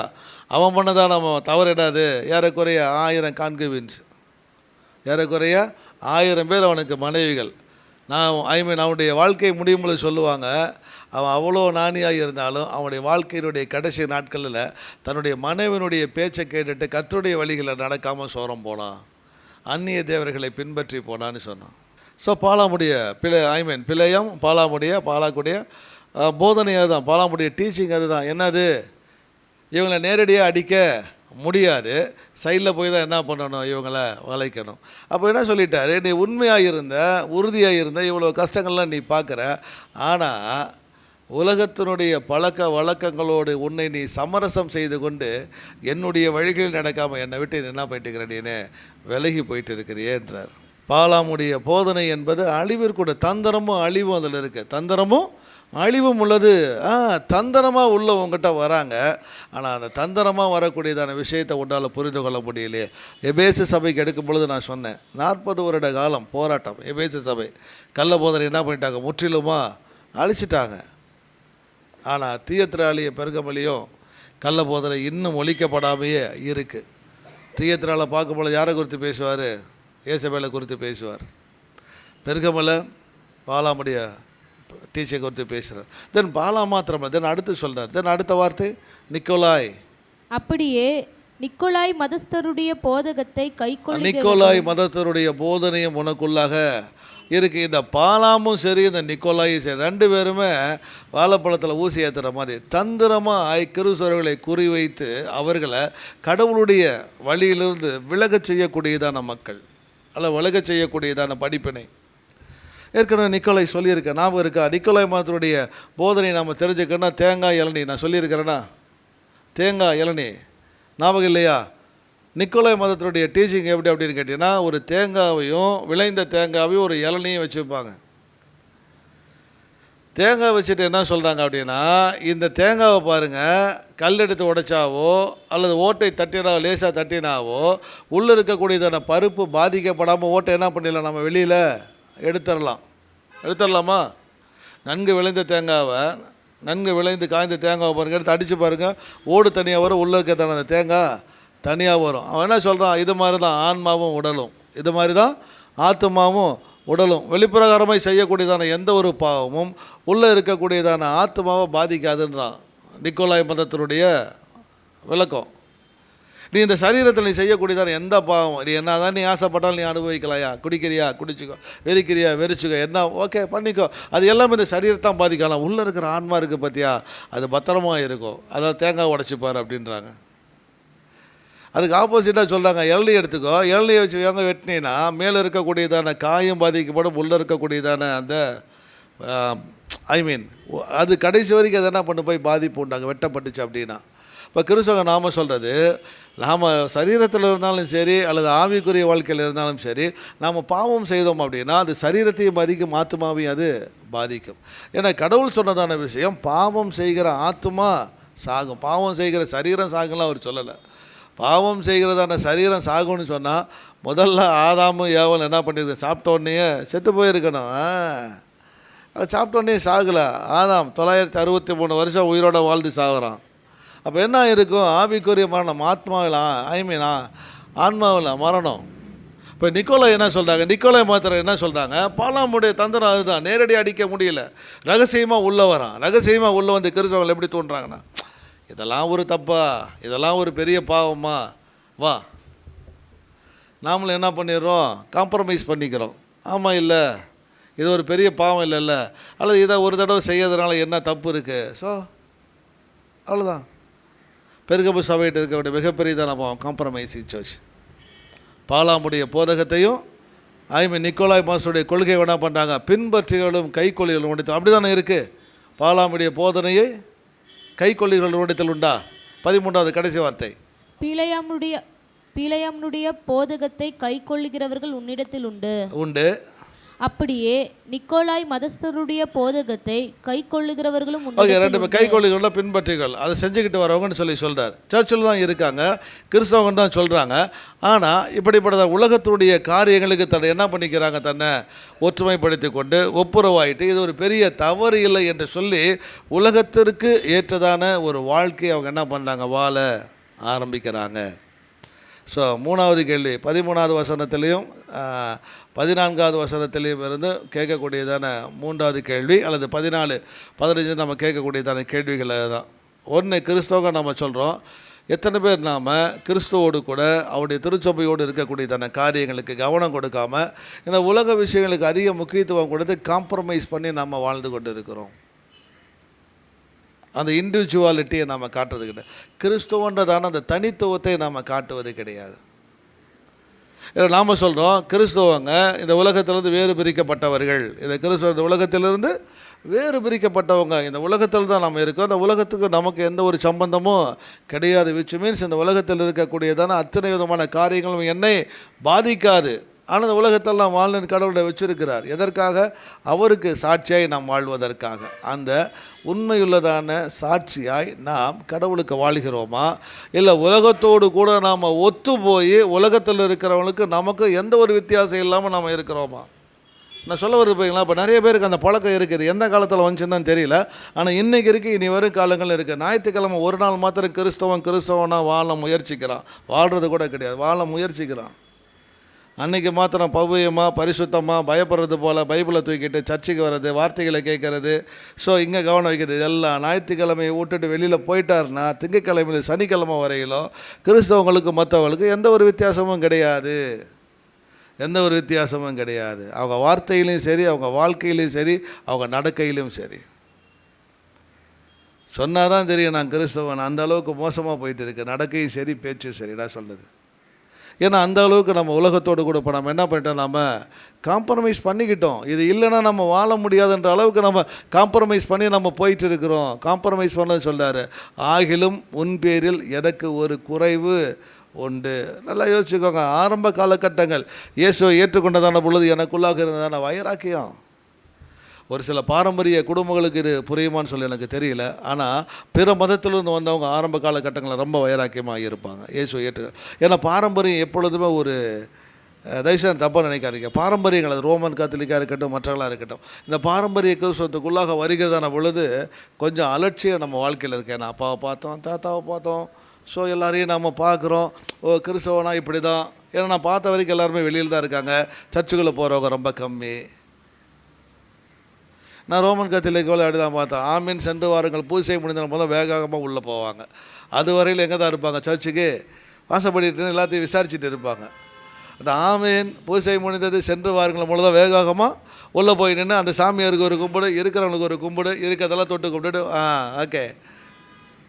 அதன் பிறகு வளர்ந்ததான விதங்கள் இப்போ பார்த்தோம் அப்படின்னா சர்ச்சுக்கு எதுக்கு போகிற, ஃபேமிலியோ ஃப்ரெண்ட்ஸோ என்னால் மீட் பண்ண முடியலப்பா, வெளியில் இருக்கிறவங்களையாவது என்ன பண்ணிடுறேன், நான் அப்பப்போ பார்த்துக்கிறேன். இந்த சண்டே ஒரு நாள் தான் சர்ச்சுக்கு போனால் தான் தெரிஞ்சவங்க சொந்தக்காரங்க எல்லாரையும் அன்றைக்கி நான் பார்க்க போகிறேன் கடவுள். தென் நெக்ஸ்ட் நான் வரேன் ஆண்டவரை வெயிட். முதல்ல இவங்கெல்லாம் பார்த்து நல்லா விசாரிச்சுட்டு பேசிட்டு அதன் பிறகு தான் எங்கே வருவேன். நான் எல்லாரையும் எனக்கு சொல்லலை, நான் எல்லாரையும் சொல்லலை. ஆனால் மெஜாரிட்டி இப்போ நாமளும் அப்படி தான் அவங்கள குறை சொல்கிறதுனால நாம் ஏதோ சுத்தம், நாம் ஏதோ உயர்ந்தவங்க. நம்ம எண்ணங்களை வச்சு பாருங்களேன், கடவுளை ஆராய்கிறோம். நம்ம எண்ணங்களை வைத்து பாருங்கள். அவங்க நான் நேரடியாக ஒரு மனிதரை பார்த்தா பேசுகிறாங்க, நம்ம உள்ளே உட்காந்து நம்ம எண்ணங்களை சுத்த விட்டுக்கிட்டு இருக்கிறோம். அவ்வளோதான் வித்தியாசம். அவங்களுக்கு நமக்கு வித்தியாசமே கிடையாது. எதில் அப்படின்னா அவங்க வெளிப்படையாக நின்று வெளிப்புறமான செயல்கள் தங்களை யார் என்பதை காட்டுறாங்க. நாம் உள்ளே உட்காந்துக்கிட்டு நம்முடைய எண்ணங்கள்னால நாம் யாருன்றதை நம்ம காட்டிகிட்டு இருக்கிறோம். அவ்வளோதான். பயம், பரிசுத்தம், தென் பயபக்தி, ஸோ எதுவும் நம்ம இடத்துல கிடையவே கிடையாது. அந்த அளவுக்கு நம்ம காம்ப்ரமைஸ் பண்ணிட்டு நம்ம போயிட்டு இருக்கிறோம். ஆலயத்தினுடைய கடவுளுடைய காரியத்தில் எல்லா விஷயத்துலையும் இப்போ வந்தால் என்ன, அப்போ வந்தால் என்ன, இதை செஞ்சால் என்ன, இதை செய்யலாம் என்ன, ஸோ இதெல்லாம் எனக்கு தேவையா, இத்தனை கொஸ்டின் போட்டு நம்ம ஆலயத்திற்கு வரோம் அப்படின்னா அது எந்த விதத்தில் நியாயம்? ஏன்னா கடவுள் ஒருவர் இருக்கிறார், அவரை ஆராதிக்க வருகிறார். அப்போ கடவுளுடைய வார்த்தை எனக்கு எதை கற்றுக் கொடுக்கிறதோ அதற்கு நான் கீழ்ப்படிந்து அதனுடைய வழிமுறையின் பிரகாரம் நான் நடப்பேன். இதுதானே கீழ்ப்படிதலும் புரிந்து கொள்ளுதலும். இதுவே இல்லாமல் நம்ம ஏகப்பட்ட விஷயங்கள் நமக்குள்ளாக போட்டுக்கிட்டு நம்ம போயிட்டு இருந்தோம் அப்படின்னா எப்படி? இது எங்கேருந்து வருது? உலகத்துலேருந்து நம்ம உள்ளே கொண்டு வரோம். அதனால தான் நான் ஆரம்பத்தில் சொல்லிட்டு கூடியதான விஷயம், சர்ச்சுக்குள்ளே 2 விஷயங்கள் உள்ளே வரவே கூடாது. ஒன்று, உலகம் செக்யூலர் மைண்டு சர்ச்சுக்குள்ளே வந்துடக்கூடாது. செக்யூலர் மைண்டை நீங்கள் சர்ச்சுக்குள்ளே கொண்டு வந்தீங்கன்னா அது சர்ச்சு கிடையாது, அது வேறு, அது சந்த கடை. அட்மினிஸ்ட்ரேஷன் உலகத்தில் எப்படி அதே மாதிரியே சர்ச் அட்மினிஸ்ட்ரேஷன் வேறு, சர்ச் அட்மினிஸ்ட்ரேஷன் வேறு. சபையுடைய நிர்வாக முறை என்பது வேதத்தில் சொல்லப்பட்டது வேறு. ஆனால் இங்கே சபை செக்குலரிசம் தான் உள்ளே கொண்டதோ, வெளியில் எப்படியெல்லாம் ஒரு ஆஃபீஸை எப்படி நடத்துகிறாங்க, ஒரு கம்பெனி எப்படி நடத்துகிறாங்க, ஸோ அதை நான் உள்ளே கொண்டு வரணும். எல்லாம் அதெல்லாம் உள்ளே கொண்டு வந்தீங்கன்னா சர்ச்சாக இருக்காதுங்க, சர்ச்சு சந்தை கடையாக மாறிடும். அதனால் நிறைய திருச்சபைகளுடைய ஒழுங்குமுறைகள் கெட்டு போனதுக்கு காரணம் எதுனா செக்குலர் மைண்டு உள்ளே போத்ததுனால. செக்குலரிசம் சர்ச்சுக்குள்ளே வரவே கூடாது. அப்போ எதை எப்படிலாம் எல்லாத்துக்கும் விதிமுறைகள் வேதத்தில் இருக்குது பாருங்கள். ஒரு குடும்பத்தை எப்படி நடத்துறது பேட்டர்ன் இருக்குது. ஒரு தனிப்பட்ட முறையில் எப்படி நான் பாதுகாத்து கொண்டது பைபிளில் இருக்குது. ஒரு அலுவலகத்தில் எப்படி நான் நடந்துக்கணும் பைபிளில் இருக்குது. ஸோ நண்பனிடத்தில் நான் எப்படி நடந்துக்கணும் பைபிளில் இருக்குது. இல்லை இதெல்லாம் இருக்குது, நல்லது தான். ஆனாலும் அவங்க என்ன நினச்சிப்பாங்களோ அப்படின்னு நான் நினச்சி நான் போகிறேன் அப்படின்னா உன் மைண்டை உள்ளே கொண்டு வந்துட்டேன், முடிஞ்சு போச்சு. ஸோ செக்குலரிசம் உள்ளே வரக்கூடாது. ஆக தயவு செஞ்சு நான் லீடர்ஸ்ட்டை நான் சொல்லியிருக்கேன், மற்றவங்க தயவுசெய்து செக்குலர் மைண்டை சர்ச்சுக்குள்ளே கொண்டு வந்துடாதே. கொண்டு வந்து அது பிரச்சனையை உண்டு போன. தயவுசெய்து அது வெளியில் செருப்பு கழட்டுற இடத்துல கழட்டி விட்டுட்டு உள்ள பொறுமையாக நம்ம மனதை எண்ணத்தை வெறுமையாக்கி கடவுளுடைய வசனத்தினாலும் கடவுளுக்கு பயப்படக்கூடியதான பயத்தினாலும் அவரை பற்றியதான என்ன சொல்லுது நம்பிக்கையினால் நம்ம உள்ளே வந்தோம் அப்படின்னா கடவுள் நமக்கு என்ன சொல்கிறார், என்ன புரிய வைக்க நம்ம புரிஞ்சுட்டு நம்ம போகலாம். 2வது, இந்த ஜாதி, பணம், படிப்பு, பெருமை, குலப்பெருமை இது எதுவும் சர்ச்சுக்குள்ளே வந்துடக்கூடாது. வந்துச்சு அப்படின்னா அதுவும் சர்ச்சாக இருக்காது. நான் எவ்வளோ படித்தவங்க தெரியுமா, நாங்கள் எவ்வளோ சமுதாயத்தில் அந்தஸ்தில் உள்ளவங்க நாங்கள் தெரியுமா, என்னுடைய குலப்பெருமை என்ன தெரியுமா, நான் எந்த பெரிய உத்தியோகத்தில் இருக்கேன் தெரியுமா, இதையெல்லாம் தூக்கிட்டு நம்ம உள்ளே வந்தோம் அப்படின்னா அதெல்லாம் சர்ச்சுக்குள்ளே 2 விஷயங்கள் வரவே கூடாது. இது வந்துச்சு அப்படின்னா நம்ம காம்ப்ரமைஸ் நம்ம பண்ணிட்டுக்கிறோன்னு சொல்லி அர்த்தம். ரொம்ப காம்ப்ரமைஸ் நம்ம பண்ணிட்டுக்கிறோன்னு சொல்லி அர்த்தம். இது வெளியில் இருக்கணும். இதுதான் உலகத்தோடு ஒத்து போகக்கூடியதான விஷயத்தில் ஒன்று. ஏன்னா உலகத்தை நம்ம உள்ளே கொண்டு வர பார்க்குறோம். சர்ச்சுக்குள்ளே சபைக்குள்ளாக உலகத்தை நம்ம கொண்டு வர பார்க்குறோம். காரணம் என் நடக்க, என்னுடைய எண்ணம், என்னுடைய காரியங்கள் எல்லாமே மோஸ்ட்லி அதில் அட்டாச்மெண்ட்டாக இருக்கிறனால அதில் இருக்கக்கூடியதான விஷயத்தை நான் எங்கே பார்க்கணும், சர்ச்சுக்குள்ளேயும் நான் பார்க்கணுன்னு வரோம். ஸோ காம்ப்ரமைசிங் பண்ணிக்காதீங்க. அது வேறு, இது வேறு. அதில் இருக்கிறதான விஷயங்கள் நம்ம உள்ளே கொண்டு வரவே முடியாது, உள்ளே கொண்டு வரவும் கூடாது. இதை நாம் எதை செஞ்சாலும் என்ன பண்ணாலும் பொறுமையோடு கூட, நிதானத்தோடு கூட, விசுவாசத்தோடு கூட, நம்பிக்கையோடு கூட முதல்ல நாம் கடவுள்கிட்ட நாம் போகிறவங்களாக இருக்கணும். ஸோ அதனால தான் ரோமர் 12:1-2 வாசிப்போம். ரோமர் 12:1-2. யாராவது இங்கிலீஷ் பைபிள் தான் எடுத்து வச்சுக்கோங்க, அதில் ஆம்பிளிஃபைடு எடுத்து வச்சுக்கோங்க, இல்லாட்டா இன்னொன்று எடுத்து வச்சுக்கோங்க. நான் சொல்கிறத நீங்கள் வாசிங்க. ரோமர் 12:1-2. அப்படி இருக்க சகோதரரே, நீங்கள் உங்கள் சரீரங்களை பரிசுத்தமும் தேவனுக்கு பிரியமுமான ஜீவபலியாக ஒப்பு கொடுக்க வேண்டும் என்று தேவனுடைய இரக்கங்களை முன்னிட்டு உங்களை வேண்டிக் கொள்ளுகிறேன். இதுவே நீங்கள் செய்யத்தக்க புத்தியுள்ள ஆராதனை. நீங்கள் இந்த பிரபஞ்சத்திற்கு ஒத்த வேஷம் தெரியாமல் தேவனுடைய நன்மையும் பிரியமும் பரிபூர்ணமான சித்தம் இன்னதென்று பகுத்தறியத்தக்கதாக உங்கள் மனம் புதிதாகுகிறதுனாலே மறுரூபமாகுங்கள். ரோமர் 1:2. ஓகே, 1வது வசனம் சொல்கிறாரு, உங்களுடைய சரீரங்களை ஜீவபலி அவரிடத்தில் என்ன பண்ணுங்க, ஒப்பு கொடுங்க. 2வது வசனம் சொல்லுது, நீங்கள் இந்த உலகத்திற்கு ஒத்ததான வேஷம் தெரியாமல். அப்படின்னு என்ன சொல்ல வர்றார், ஆனால் எதை சொல்ல வருகிறார்? இப்போ ஒரு தமிழ் மொழிபெயர்ப்பு இப்படி இருக்குது. தமிழ் அதை நம்ம சொன்னோம், அதை டோட்டலாக நம்ம படித்தா நம்ம எதை புரிந்து கொள்ளலாம். நேர சொல்றாரு, நீங்கள் இந்த உலகத்திற்கு ஒத்திருக்காமல் உங்கள் மனதை புதுப்பிப்பதன் மூலமாக மறுரூபமாக்கப்படுங்கள். இதனால் தேவனுடைய நன்மையும் பிரியமும் பரிபூர்ண சித்தமும் என்னதென்று நீங்கள் அறிந்து கொள்வீர்கள். ஒருவேளை இதை நம்மளால் இன்னும் சரியாக புரிந்து கொள்ள முடியலன்னா ஆம்பிளிஃபைடுக்குள்ளாக நம்ம போவோம். ஆம்பிளிஃபைடு இருக்கா? ஆம்பிளிஃபைடு இருக்க ஒருத்தர் வாசிங்க பார்ப்போம். ஆம்பிளிஃபைடு பைபிளில் 2வது வசனம் 2. Okay. Which is your rational act of worship, and do not be conformed to this world. Amplified. Okay, do not be conformed your, but be transformed and progressively changed by the renewing of your mind. பிராக்கெட்ல ஏதாவது போட்டிருக்கா? பிராக்கெட்ல இருக்கிற வாசிங்க. முதல்ல do not confront your lord என்ன இருக்கு, அதுக்குள்ள பிராக்கெட்ல என்ன இருக்கு? ஆம்பிளிஃபைடோட அழகு அந்த வார்த்தையை விரிவுபடுத்தி அதை சுருக்கமாக என்ன பண்ணியிருப்பாங்க, அந்த அடைப்புக்குறிக்குள்ளாக போட்டிருப்பாங்க நம்ம புரிந்து கொள்வதற்கு. அதனால தான் ஆம்பிளிஃபைட், விளக்கப்படப்பட்டதான வேதாகமம். ஓகே, நான் சொல்கிறேன். தமிழில் எப்படி இருக்குது? தமிழில் 2வது வசனம் வாசிங்க. நீங்கள் இந்த பிரபஞ்சத்திற்கு ஒத்த வேஷம் தெரியாமல் தேவனுடைய நன்மையும் பிரியமும் பரிபூர்ணமுமான சித்தம் இன்னதென்று பகுத்தறியத்தக்கதாக உங்கள் மனம் புதிதாகுகிறதுனாலே மறுரூபமாகுங்கள். ஓகே, அது ஆம்பிளிஃபைடு அப்படி தமிழில் நம்ம படிச்சு வச்சுக்கோங்களேன். இந்த உலகத்திற்கு ஒத்த வேஷம் தெரியாது இல்லையா, இந்த உலகத்திற்கு அப்படின்ற இடத்துல பிராக்கெட்டில் இந்த காலத்திற்கு இருக்கு, இந்த டைம், இந்த காலத்திற்கு, இந்த உலகத்திற்கு, இந்த காலத்திற்கு ஒத்திருக்காதீர்கள். இந்த உலகத்திற்கு ஒத்ததான வேஷம் தெரியாதீர்கள். இந்த உலகத்திற்கு ஒத்த வேஷம், அந்த ஒத்த அப்படின்ற இடத்துல பிராக்கெட்டில் என்ன இருக்குன்னு கேட்டிங்கன்னா, வெளிப்படையான மேலோட்டமான பழக்க வழக்கங்களுக்கு ஏற்ப உங்களை வடிவமைத்து கொள்ளாதீங்க. இந்த காலத்திற்கு ஏற்றபடி வெளிப்புறமான செயலாக இருக்கட்டும் அல்ல உள்ளானதான் எண்ணமாக இருந்தாலும் அதற்கு ஏற்றபடி உங்களை என்ன பண்ணிக்காதீங்க, டிசைன் பண்ணிக்காதீங்க. அதான் இந்த உலகத்திற்கு ஒத்த வேஷம் தெரியாமல். தென் அடுத்து சொல்லப்படக்கூடியதான விஷயம் என்ன இருக்குது, உங்களுடைய மாறாக உங்களுடைய மனம் மறுரூபம் அடைவதனால, உங்கள் மனம் புதிதாக்கப்படுகிறதுனால, உங்கள் மனதின் அந்த மனதின்ற இடத்துல பிராக்கெட்டில் முழுமையான புதுப்பித்தல், அதன் புதிய லட்சியங்களாலும் புதிய மனப்பான்மையாலும் மறுரூபமாக்கப்படுங்கள். தென் அடுத்த வார்த்தை இருக்குது, இதனால் தேவனுடைய நன்மையும் பிரியமும் பரிபூர்ணமான சித்தம் என்னதென்று நீங்கள் இருக்கு இல்லையா, அந்த நீங்கள்னு முடியக்கூடியதான இடத்துல பிராக்கெட்டில் இருக்கும் உங்களுக்காகவே. அப்போ இந்த உலகத்திற்கு ஒத்ததான வேஷம் தெரியாமல் நம்முடைய உள்ளம் புதிதாகிறதுனால எனக்கென்று கடவுள் வைத்திருக்கக்கூடியதான திட்டங்களையும் செயல்களையும் என்னால் என்ன பண்ண முடியும், புரிந்து கொள்ள முடியும். அது இல்லை அப்படின்னா நான் இந்த உலகத்துக்கு ஒத்ததான தான் என்ன பண்ணுறேன், நான் வாழ்ந்து கொண்டு இருப்பேன். அது உள்ளான வாழ்க்கையும் சரி, வெளிப்புறமான வாழ்க்கையாக இருந்தாலும் சரி. அப்போ அடுத்து அவர் சொல்கிறாரு, அதாவது அவருடைய பார்வையில் உங்களுக்கு, அதுதான் அங்கே பிராக்கெட்டில் இருக்குது, நன்மையும் பிரியமாகவும் பரிபூரணமாகவும் இருக்கிறதோ அதையே அறிந்து கொள்வீர்கள். இதுதான் ஆம்பிளிஃபையில் இருக்கக்கூடியதான தமிழ் அர்த்தங்கள் சொல்லப்பட்டதான காரியம்.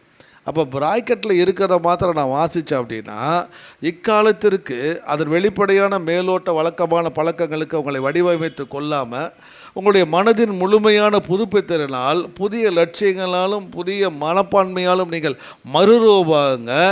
இதனால் மாற்றப்பட்டதினால தேவனுடைய நன்மையும் பிரியமும் பரிபூர்ணமான சித்தமும் இன்னதென்று உங்களுக்கானதை நீங்கள் அறிந்து கொள்வீர்கள். அதாவது அவருடைய பார்வையில் உங்களுக்கு எது நன்மையோ பிரியமாகவும் பரிபூர்ணமாக இருக்கிறதோ அதையே நீங்கள் என்ன பண்ணுவீங்க, அறிந்து கொள்ளுவீங்க. ஸோ இதை ஏன் நம்ம சொல்கிறோம் அப்படின்னா இந்த உலகத்திற்கு ஒத்ததான வேஷம் என்பது இன்றைக்கி ஈஸியாகிடுச்சு. கடவுளுக்கு எது பிரியம் என்பதை புரிந்து கொள்வதற்கு நமக்கு காலமும் கிடையாது, நேரமும் கிடையாது.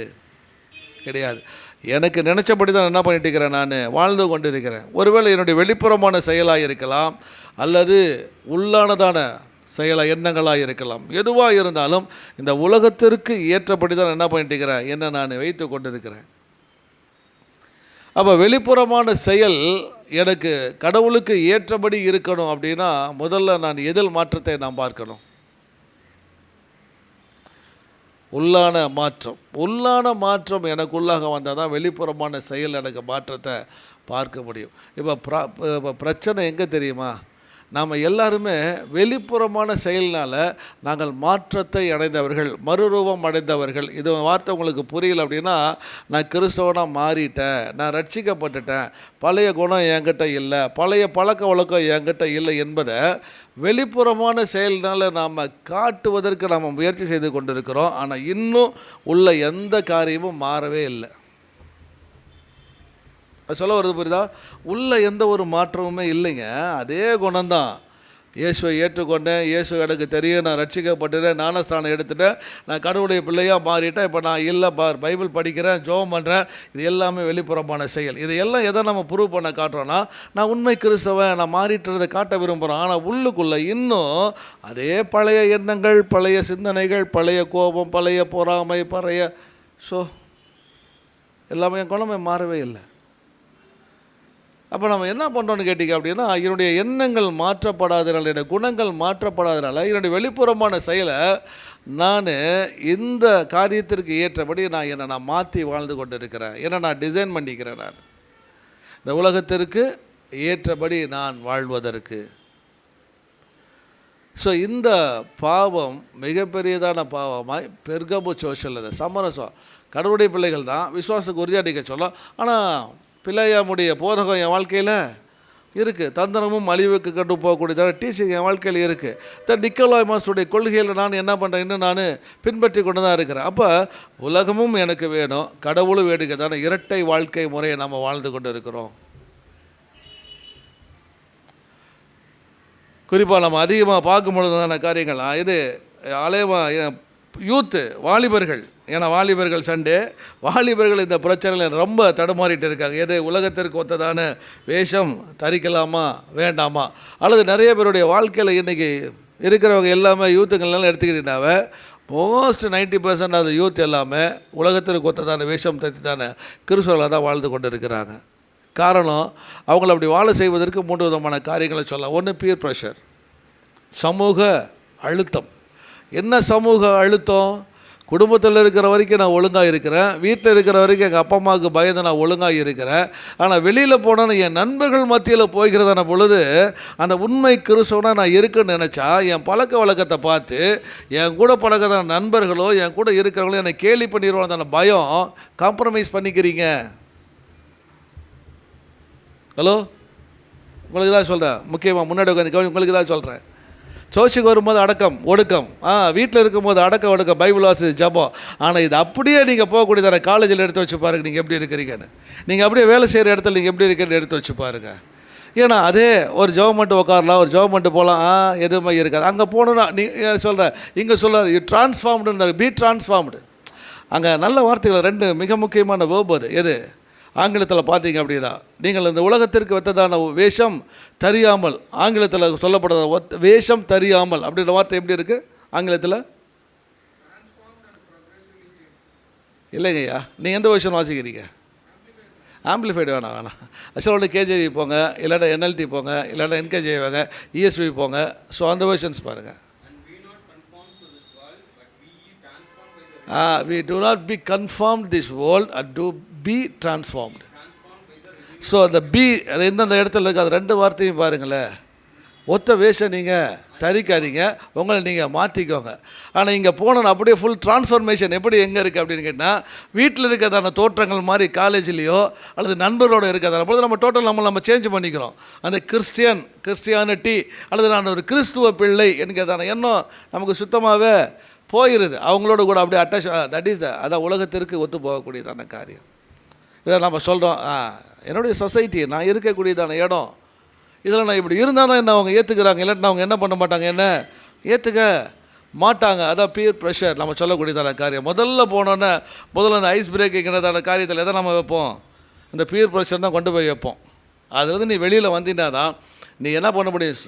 சமுதாயமாக இருக்கட்டும், மற்ற மக்களாக இருக்கட்டும், அவங்கள்ட்ட நீ இயல்பான நிலையில் நீ பழக முடியும். இப்போ இங்கே சொல்ல வர காரியம் என்னன்னா, வெளிப்புறமான காரியங்கள்னால உன்னை நீ காட்டிக்கொள்கிறத விட உள்ளான உன்னுடைய இயல்பில் நீ எப்படிப்பட்டவனாக இருக்கிறாயோ அப்படியே நீ மாற்றப்பட்டது இயல்புக்குள்ளாக நீ போ. உன் சுபாவம் மாற்றப்பட்டிருக்கு, உன் எண்ணம் மாற்றப்பட்டிருக்கு, உன்னுடைய கிரியைகள் மாற்றப்பட்டிருக்கு. அந்த எண்ணத்தோடு கூட போகாமல் நீ ஏன் ஒத்து போகக்கூடியதான அளவிற்குள்ளாக நீன்னு போகிறீங்க? ஒன்று. 2வது, சோசியலுக்கு எல்லாருமே தான் நான் சொல்கிறேன், நாமளும் அப்படி தான். நம்ம குடும்பத்துக்கு போகும்பொழுது கிறிஸ்தவனாக போனால் என் சொந்தக்காரங்க ஏற்றுக்கிறாங்களோ ஏற்றுக்க மாட்டாண்டாங்களோ, என் உறவுகள் என்னை ஏற்றுக்க மாட்டாங்களோ, அதுக்கு தகுந்த மாதிரி நாம் வேஷத்தை முகமூடிய நம்ம மாற்றி போட்டுக்கிட்டு இருக்கிறோம்.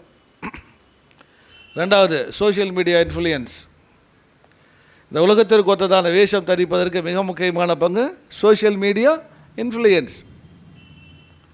அதற்கு கொடுக்கக்கூடியதான முக்கியத்துவத்தை நம்முடைய வாழ்க்கையில் கடவுளுக்கு செலவிடுவதற்கு நம்ம காட்டுவதே கிடையாது.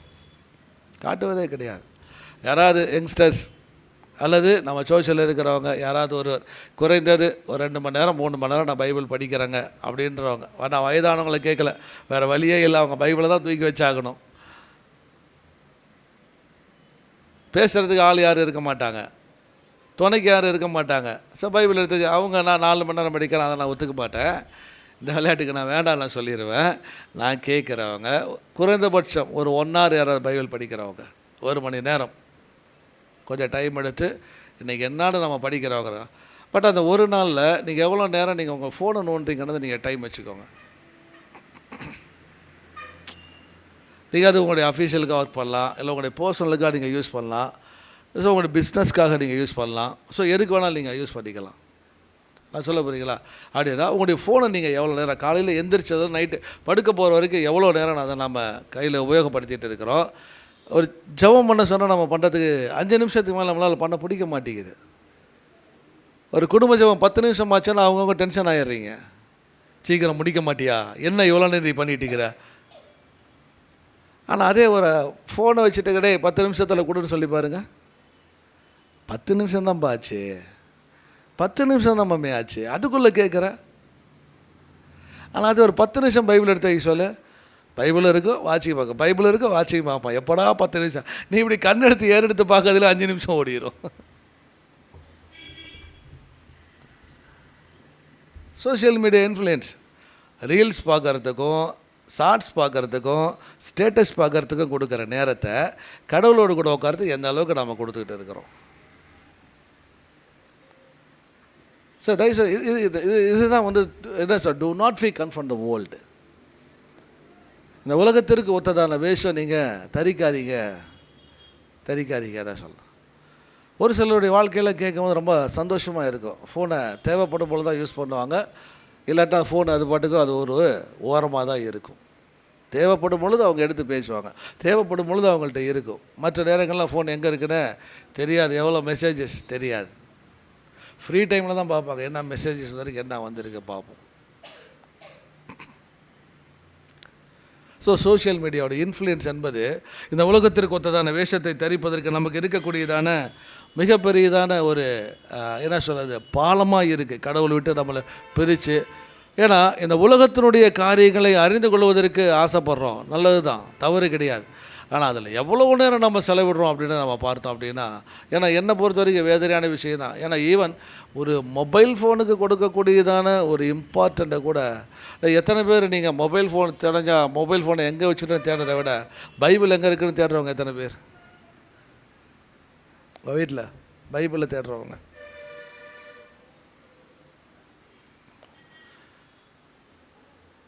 ஸோ இதுதான் நம்முடைய வாழ்க்கை முறை, இதுதான் நம்முடைய வாழ்க்கை முறை. பைபிளை படிக்கிறதுனால என்ன கிடைக்கும், பைபிளை படிக்கிறதுனால எனக்கு என்ன வரும் பார். இதில் பார்த்தா நான் எனக்கு நிறைய விஷயங்களை தெரிஞ்சுக்கிறேன், உலகத்தில் என்ன நடக்குன்றது எனக்கு தெரியும். ஆனால் பைபிளை எனக்கு என்ன கற்றுக்கொள்ள முடியும், பைபிளை எனக்கு என்ன தெரியும்னா, நீங்கள் சங்கீதம் 119 நீங்கள் வாசிச்சிருக்க மாட்டீங்கன்னு நான் நம்புகிறேன். சங்கீதம் 119 நிறைய முறை உங்களுக்கு நான் சொல்லியிருக்கிறேன். சங்கீதம் 119 வாசிங்க.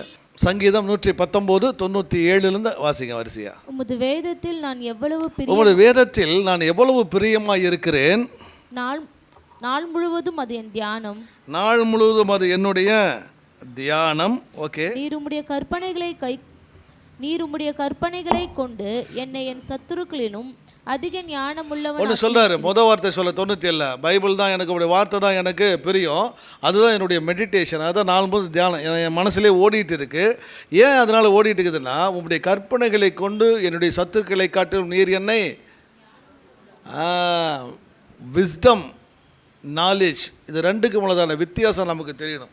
விஸ்டம்னா ஞானம், நாலேஜ்னா அறிவு.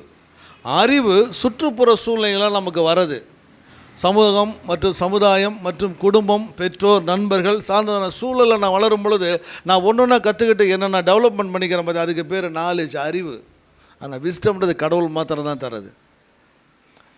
அதனால் சாலமோன் எதை கேட்டான்? அறிவை கேட்டானா ஞானத்தை கேட்டானா? சண்டே கிளாஸில் சொல்கிறது நமக்கு ஈஸி, ஞானத்தை கேட்டாருன்றது. ஆனால் சாலமோன் செய்த மிகப்பெரிய தவறு என்ன சொல்ல, அவ்வளோ பெரிய ஞானி எப்படி குடும்ப வாழ்க்கையில் ஏமாந்து போகலாம்? என்ன தப்பு அவன் பண்ணது? கட். சாலமோன் தன்னுடைய ஞானத்தை தன்னுடைய வாழ்க்கைக்காக அவன் பயன்படுத்தவில்லை. அவன் ஞானத்தை எல்லாம் மற்றவங்க வாழ்க்கை தான், காரியத்தை முடிக்க, வழக்க முடிக்க, ஸோ எப்படி மற்றவர்களுக்காக தான் அவன் பயன்படுத்தினானே தவிர சாலமோன் தன்னுடைய ஞானத்தை தனக்காக அவன் பயன்படுத்தவில்லை. அதான் அவன்கிட்ட இருக்க மிகப்பெரியதான தவறு. அதை செஞ்சிருந்தானா ஓகே குட், எப்போ போயிருப்போம். ஸோ ஞானம்னா என்ன, அறிவுனா என்ன, அது முதல்ல நமக்கு தெரியல. கர்த்தருக்கு பயப்படுதல. அறிவை பற்றி அங்கே பேசலையே. யாக்கோபு சொல்றார், நன்மையான எந்த ஒரு வரமும் பூரணமான, ஸோ அது பரத்திலிருந்து உருவாகி ஜோதிட பிதார்த்தம். அதுக்கு முன்னாடி சொல்கிறாரு, உங்களில் ஒருவன் ஞானத்தில் குறை உள்ளவனாக இருந்தால் தேவனிடத்தில் அவன். அப்போ ஞானம் என்பது யார்கிட்டருந்து வரும்? அப்போ அறிவை காட்டிலும் அது மேலானது. அறிவு கற்றுக்கிட்டது தான், தெரியாத விஷயத்தை கற்றுக் கொடுப்பது ஞானம். அப்போ கடவுளுடைய வார்த்தையை படிக்கிறதுனால எனக்கு ஆப்போசிட்டாக இருக்கான் பார்த்தியா, அவனை விட நான் ஞானம் உள்ளவனாக நான் இருக்கிறேன். என்னை எதிர்த்து நிற்கிறான் பார்த்தியா, அவனை விட நான் இன்னும் பெரியவனாக இருக்கிறேன். காரணம் கடவுளுடைய வார்த்தை. என் சத்துருக்கள் எல்லாரை காட்டிலும் நீர் என்னை ஞானம் உள்ளவனாகி. பைபிள் படிக்கிறவங்களுக்கு கிடைக்கிதுங்க. தயவு செஞ்சு நீங்கள், நான் ஆரம்பத்துலேருந்து சொல்கிறேன், சாயந்தரம் நைட்டு எதை படிக்கணும்? சங்கீத புத்தகம். காலையில் எதை படிக்கணும்? நீதிமொழிகளை மாத்திரம் நீங்கள் தினமும் வாசித்து பாருங்கள். உங்களை போல் அறிவுள்ளவங்க புத்தி உள்ளவங்க யாருமே இருக்க மாட்டாங்க. தினமும் ஒரு அதிகாரம், நீதிமொழி ஒரு அதிகாரம், ஒரு மாதத்தில் அந்த புத்தகத்தை முடிச்சிடலாம். ஏன்னா நீ சொசைட்டியில் எப்படி வாழணும், குடும்பத்தில் நீ எப்படி வாழணும், உன் ஃப்ரெண்ட்ஸ்ட்டு எப்படி இருக்கணும், உன்னை ஏமாத்துறவங்க எப்படிப்பட்டவங்களாம் இருப்பாங்க, எல்லா விஷயத்தையும் நம்ம கற்றுக் கொடுக்குது நீதிமொழிகள். ஒவ்வொரு அதிகாரம் படித்தாவே போதும். அப்போ நானும் அடுத்த வார்த்தை 98 முடிச்சிட்டீங்க. 99. உம்முடைய சாட்சிகள் என் தியானமாய் இருக்கிறபடியால், உம்முடைய சாட்சிகள் என் தியானமாய் இருக்கிறபடியால் எனக்கு போதித்தவர்கள் எல்லோரிலும் அறிவுள்ளவனாய் இருக்கிறேன். குட். எனக்கு ஆசிரியர் நான் சொன்னேன், எனக்கு ஆசிரியர் கற்றுக் கொடுப்பது, என்னுடைய சூழ்நிலை மூலம் எனக்கு வர்றது அறிவு. என் பெற்றோர், என்னுடைய ஆசிரியர்கள், என்னுடைய நண்பர்கள், என்னுடைய குடும்பத்தினர் மூலமாக எனக்கு கிடைப்பது அறிவு. இப்போ அவர் சொல்கிறாரு, உம்முடைய சாட்சிகள்னால எனக்கு கற்றுக் கொடுத்த ஆசிரியரை விட நான் அறிவுள்ளவனாக இருக்கிறேன். வாத்தியாரை கூட நம்மக்கிட்ட வந்து ஆலோசனை கேட்கணும், இதுக்கு நான் என்ன செய்யணும் எனக்கு சொல்லுப்பா அப்படின்ட்டு. எதனால்? பைபிள் படிக்கிறதுனால. ஓகேங்களா? அதன் அடுத்த வார்த்தை, உம்முடைய கட்டளைகளை நான் கை கொண்டு இருக்கிறபடியால் முதியோர்களை பார்க்கிலும் ஞானமுள்ளவனாய் இருக்கிறேன். ஓகே சொல்கிறாங்க. எவனா வயசானவன் போல பேசிட்டு இருக்கிறான் சொல்லுவாங்க இல்லையா? உம்முடைய கட்டளைகளை நான் கை கொள்கிறதுனால தானே. கடவுளுடைய வசனத்தை நான் படிக்கிறேன், 2 முறை கடவுளுடைய வார்த்தையை நான் படிக்கிறேன், அதை நான் மெடிடேட்டாக பண்ணுறேன். இப்போ படித்ததை என் வாழ்க்கையில் நான் கை கொள்ளும் பொழுது சமுதாயத்தில் எனக்குன்னு ஒரு தனி அங்கீகாரம் மதிப்பும் கிடைக்கிது. அது பெரியவங்களுக்கு கூட எனக்கு கிடைக்காது. என்னை விட முதியோர்களை காட்டிலும் நான் நாணமுள்ளவனாக இருக்கேன் அப்படின்னா, என் குடும்பத்தில் யார் எல்டர்லி பர்சன் இருக்காங்களோ, என்னுடைய குடும்பத்தில் யார் மதிக்கத்தக்கதன் அளவு முதியோர் இருக்காங்களோ, அவங்கள விட நான் அறிவுள்ளவனாக நான் இருக்கிறேன், நாணமுள்ளவனாக இருக்கிறேன். அது எதுலேருந்து வருது? பைபிள்லேருந்து வருது. ஆனால் நம்ம பைபிளை தொடுறதே இல்லாதனால தான் நம்ம இன்னும் இப்படியே இருக்கிறோம். அடுத்தவங்கள்ட்ட ஆலோசனை கேட்குறோம், அடுத்தவங்களுடைய பேச்சை நாம் நம்புகிறோம். ஸோ நான் இது எதுக்கு நான் சொல்லேன்னா, மொபைலில் திறந்தால் நான் 1000 விஷயம் கற்றுக்கிறேன்னு நீங்கள் சொல்கிறீங்க இல்லையா, அந்த கற்றுக்கிறேன்னு சொல்கிறது இது எல்லாமே இந்த உலகத்தோட ஃபினிஷ், அல்லது ஒரு சில காலகட்டங்களோட ஃபினிஷ். ஏன்னா நீங்கள் கற்றுக்கிறது அப்பப்போ நீங்கள் அப்டேட் பண்ணிக்கிட்டே இருக்கணும். உனக்கு முன்னாடி ஒருத்தன் ஓடிக்கிட்டே இருக்கிறான், நீ அவனை துரத்தணும், பிடிக்கணும், இல்லைன்னா நீ தேங்கிடுவ. நீ பார்க்கறது படிக்கிறது எல்லாம் அதை அப்படியே நீ வச்சுக்கிட்டு வாழ முடியாது. ஆனால் ஒரு முறை கடவுளுடைய வசனத்தை நீ படித்து வச்சுக்கிட்டீங்கன்னா நீ மாத்திரமல்ல உன் தலைமுறைக்கே நீ சொல்லிக் கொடுக்கலாம். இது ஆல்வேஸ் அப்டேட் வெர்ஷன் தான். இது ஆல்வேஸ் அப்டேட் வெர்ஷன் தான். எங்கேயாவது பைபிள் 2020 புதிப்பாக்கம்னு சொல்லி எங்கேயாவது நான் பிரிண்டிங் ஆனால் அப்பப்போ பண்ணிகிட்டு இருப்பாங்க. எங்கேயாவது பார்த்துருக்கிறீங்களா அப்டேட் வெர்ஷன் சொல்லி பைபிள்? எங்கேயாவது? கடவுள் எக்காலத்துக்கும் பொருத்தமான ஒரு வார்த்தை. ஸோ இப்போ சோஷியல் மீடியா பார்க்குறதுனால என்ன ஆகுது? சோஷியல் மீடியா இன்ஃப்ளூயன்ஸ் உங்களை எப்படி பாதிக்குது? Comparing your self to others. Social media உங்களை பண்ணக்கூடியதான மிகப்பெரிய தவறு comparing your self to others. நீங்கள் உங்களை வச்சுட்டு நீங்கள் மற்றவங்கள பார்க்குறீங்க, அவங்க என்ன ட்ரெஸ் போடுறாங்க, அவங்க எப்படி நடிக்கிறாங்க, அவங்க எப்படி பேசுகிறாங்க, அவங்க என்ன செய்கிறாங்க, இப்போ நான் என்ன செய்ய போகிறேன். ஒரு சிலருக்கு இன்ஃபீரியாரிட்டி, அவங்கள போல் நான் இல்லைன்றதான தாழ்வு மனப்பான்மை உருவாகுது. ஒரு சிலருக்கு நம்ம அவங்கள போலவே மானுதான எண்ணம் எங்கேருந்து வருது? நம்ம கையில் இருக்கக்கூடியதான சோஷியல் மீடியாவிலேருந்து தான் வருது. அதான் சோஷியல் மீடியா இன்ஃப்ளூயன்ஸ். அதுதான் எங்கே கற்றுக்குறோம் மற்றவங்கள போல் நடிக்க, எங்கே கற்றுக்குறோம் மற்றவங்கள போல் செய்ய. ஏன் என்னுடைய இயல்பான தன்மையை நான் இழந்துட்டேன். இப்போ நானாகவே இல்லை, நான் மற்றவங்களாக நான் நடிச்சிட்டு இருக்கிறேன், நான் மற்றவங்களாக நான் வாழ்ந்துட்டு இருக்கிறேன். காரணம் இன்ஃப்ளூயன்ஸ். ஆனால் கடவுள் சொல்ல இயல்பான நிலைமையில் உள்ளார்ந்த அந்த மாற்றத்துக்குள்ள இயல்பான நிலைமையில் நீ இருன்றார். இந்த உலகத்துக்கு ஒத்த வேஷம் நீ தரிக்காத, உன்னுடைய மனம் புதிதாகிறதுனால நீ மருவமாக. ஆனால் இங்கே மனமும் புதிதாகலை, வெளிப்புறம் தான் இன்றைக்கி புதிதாகிட்டு இருக்கு. அப்போ நான் இந்த ட்ரெஸ் போட்டேன், இப்போ நான் எப்படி ட்ரெஸ் போடுறேன், அப்போ என்னுடைய ஹேர் ஸ்டைல் எப்படி இருந்தது, இப்போ என்னுடைய ஹேர் ஸ்டைல் எப்படி இருந்தது, எல்லாம் எதுலேருந்து வந்துச்சு? ஏழுத நம்ம பார்த்தோம். ஸோ கம்பேரிங் டு அதர்ஸ், மற்றவர்களோடு கூட என்னை நான் ஒப்பிட்டு பார்த்து கொண்டு நான் என்னுடைய வாழ்க்கையை நான் வாழ்ந்துட்டு இருக்கிறேன். என்னுடைய சுயமான சொந்தமான வாழ்க்கையை நான் என்ன பண்ணலாம், நான் இன்னும் வாழ ஆரம்பிக்கவே இல்லை. ஸோ என்ன பண்ணணும், நான் ஃபால்ஸ் ஐடியாலஜி சோஷியல் மீடியாவில் கிடைக்கிறது எல்லாமே தவறான எண்ணங்கள் தான். ஸோ இதை நான் எப்படி இது பண்ணணும் அப்படின்னா, ஸோ டிஜிட்டல்லேருந்து கொஞ்சம் டிஸ்டன்ஸை மெயின்டைன் பண்ண ஆரம்பிங்க. உலகத்திற்கு ஒத்த வேஷம் நமக்கு வரவே வராது. வாலிபர்கள் ரொம்ப கவனமாக இருக்கக்கூடியதான விஷயம். இப்போ வாலிபர்களும் சொல்ல முடியாது, எல்லாருடைய கையிலையும் ஃபோன் இருக்குது, எல்லோரும் 24 மணி நேரமும் ஃபோனில் தான் இருக்கிறீங்க. அன்றைக்கி நான் பெங்களூர்லேருந்து வந்துட்டு இருக்கிறேன். பக்கத்தில் ஒரு எல்டர் ஃபேமிலி உட்காந்துட்டு வயசானவங்க இருக்காங்க. அந்த அம்மா உட்காந்து ஸ்டேட்டஸ் பார்த்துட்டு இருக்குது, அந்த அம்மா உட்காந்து ஃபோனே தான் நோண்டிட்டு இருக்குது. அவர் பேச வர்றார், அவங்க ஹஸ்பண்ட் பேச வர்றார், கம்முனர் பாவம். அவர் நானும் பார்த்துக்கிட்டு தான் வரேன். அவர் எவ்வளோ பேச ட்ரை பண்ணுறாரு, இப்படியே தான் பார்க்குது, அதையே தான் வச்சுட்டு இருக்கிறதே தவிர அவர் கொஞ்சம் நேரம் பார்த்துட்டு படுத்து தூங்கிட்டார். ஆனால் அப்புறமேட்டு வீட்டில் போய் யாரை குறை சொல்லுவாங்க, ரொம்ப வயதானம்மா. ஆனால் பரவாயில்ல, எனக்கு எதுக்காக நான் சந்தோஷப்படுறேன், அப்போ அந்த வயதானம்மா அந்த அளவுக்கு நாலேஜ் இருக்குது. எது ஸ்டேட்டஸு, எது தேட், அப்புறம் ரீல்ஸு, எது ஷார்ட்ஸ், அதெல்லாம் பார்க்கக்கூடிய அளவுக்கு நாலேஜ் இருக்குது. ஸோ ஃபோன் அது வரைக்கும் யூஸ் பண்ணாங்க, ஓகே சந்தோஷம். ஆனால் பக்கத்தில் இருக்கிறவர்கிட்ட பேச மாட்டேன்ட்டாங்க. ஸோ எல்லாருக்கும் தானே காரியம். இப்போ நம்ம எல்லாம் மாறி போனதுக்கு காரணம் என்ன?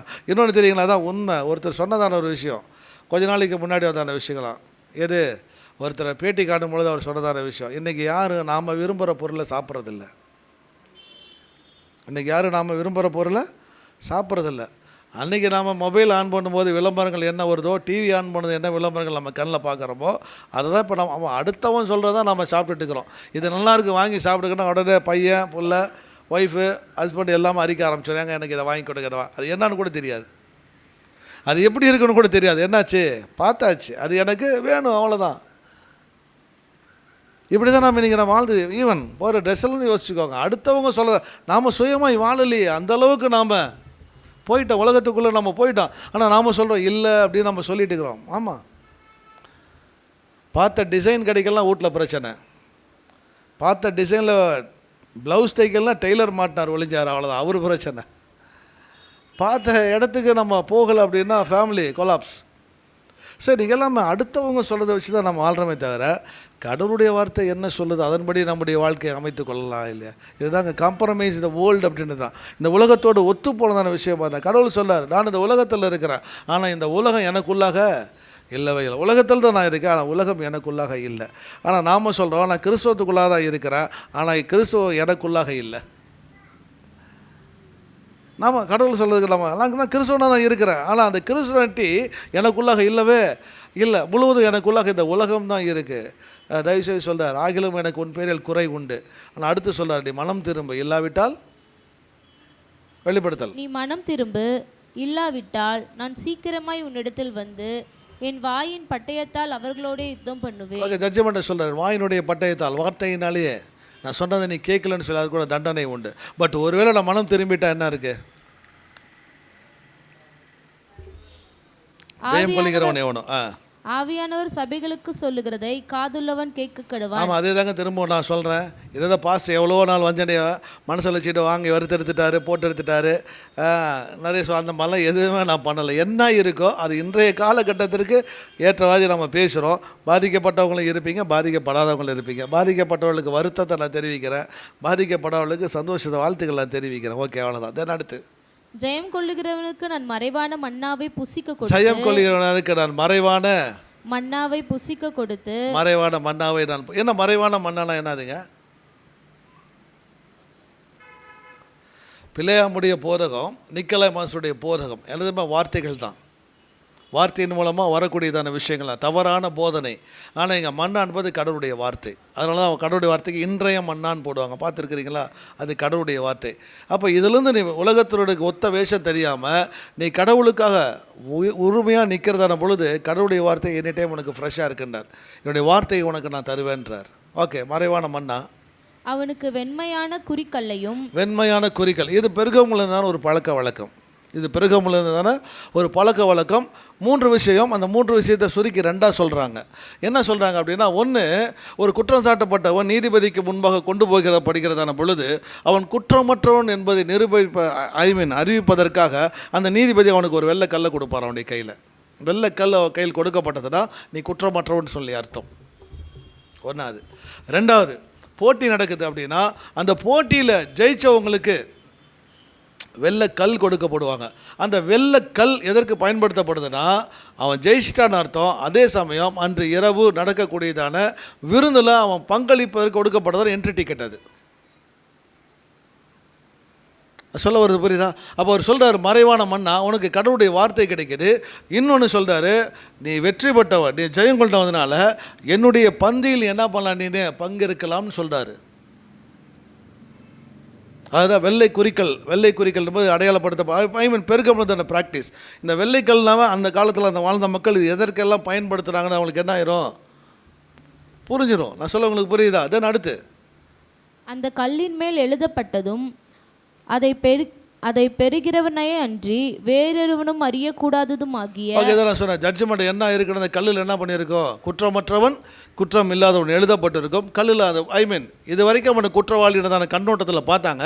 இப்போ அதுக்கு அந்த கல் அவனிடத்தில் வந்ததுனால குற்றவாளி எனக்கூடியதான பெயர் மாற்றப்பட்டு குற்றம் இல்லாதவன் சொல்லி கருதப்படுவது போல ஜெயம் கொள்ளுகிறவன் எவனோ அல்லது சபைகளுக்கு சொல்லி காதுள்ள கேட்கிறவன் எவனோ அவன் இந்த உலகத்திற்கு ஒத்ததான வேஷம் தெரியாமல் கடவுளுடைய விஷயத்தில் காம்ப்ரமைஸ் பண்ணி கொள்ளாமல் ஜாக்கிரதையாக வாழ்ந்தான் அப்படின்னா மறைவான மன்னாவும் மென்மையான குறிகளும் புதிய நாமம் புதிய பெயரும் அவருக்கு என்ன பண்ணப்படும், கொடுக்கப்படும். இதுதான் சொல்லப்படக்கூடியதான ப்ராமிஸ்.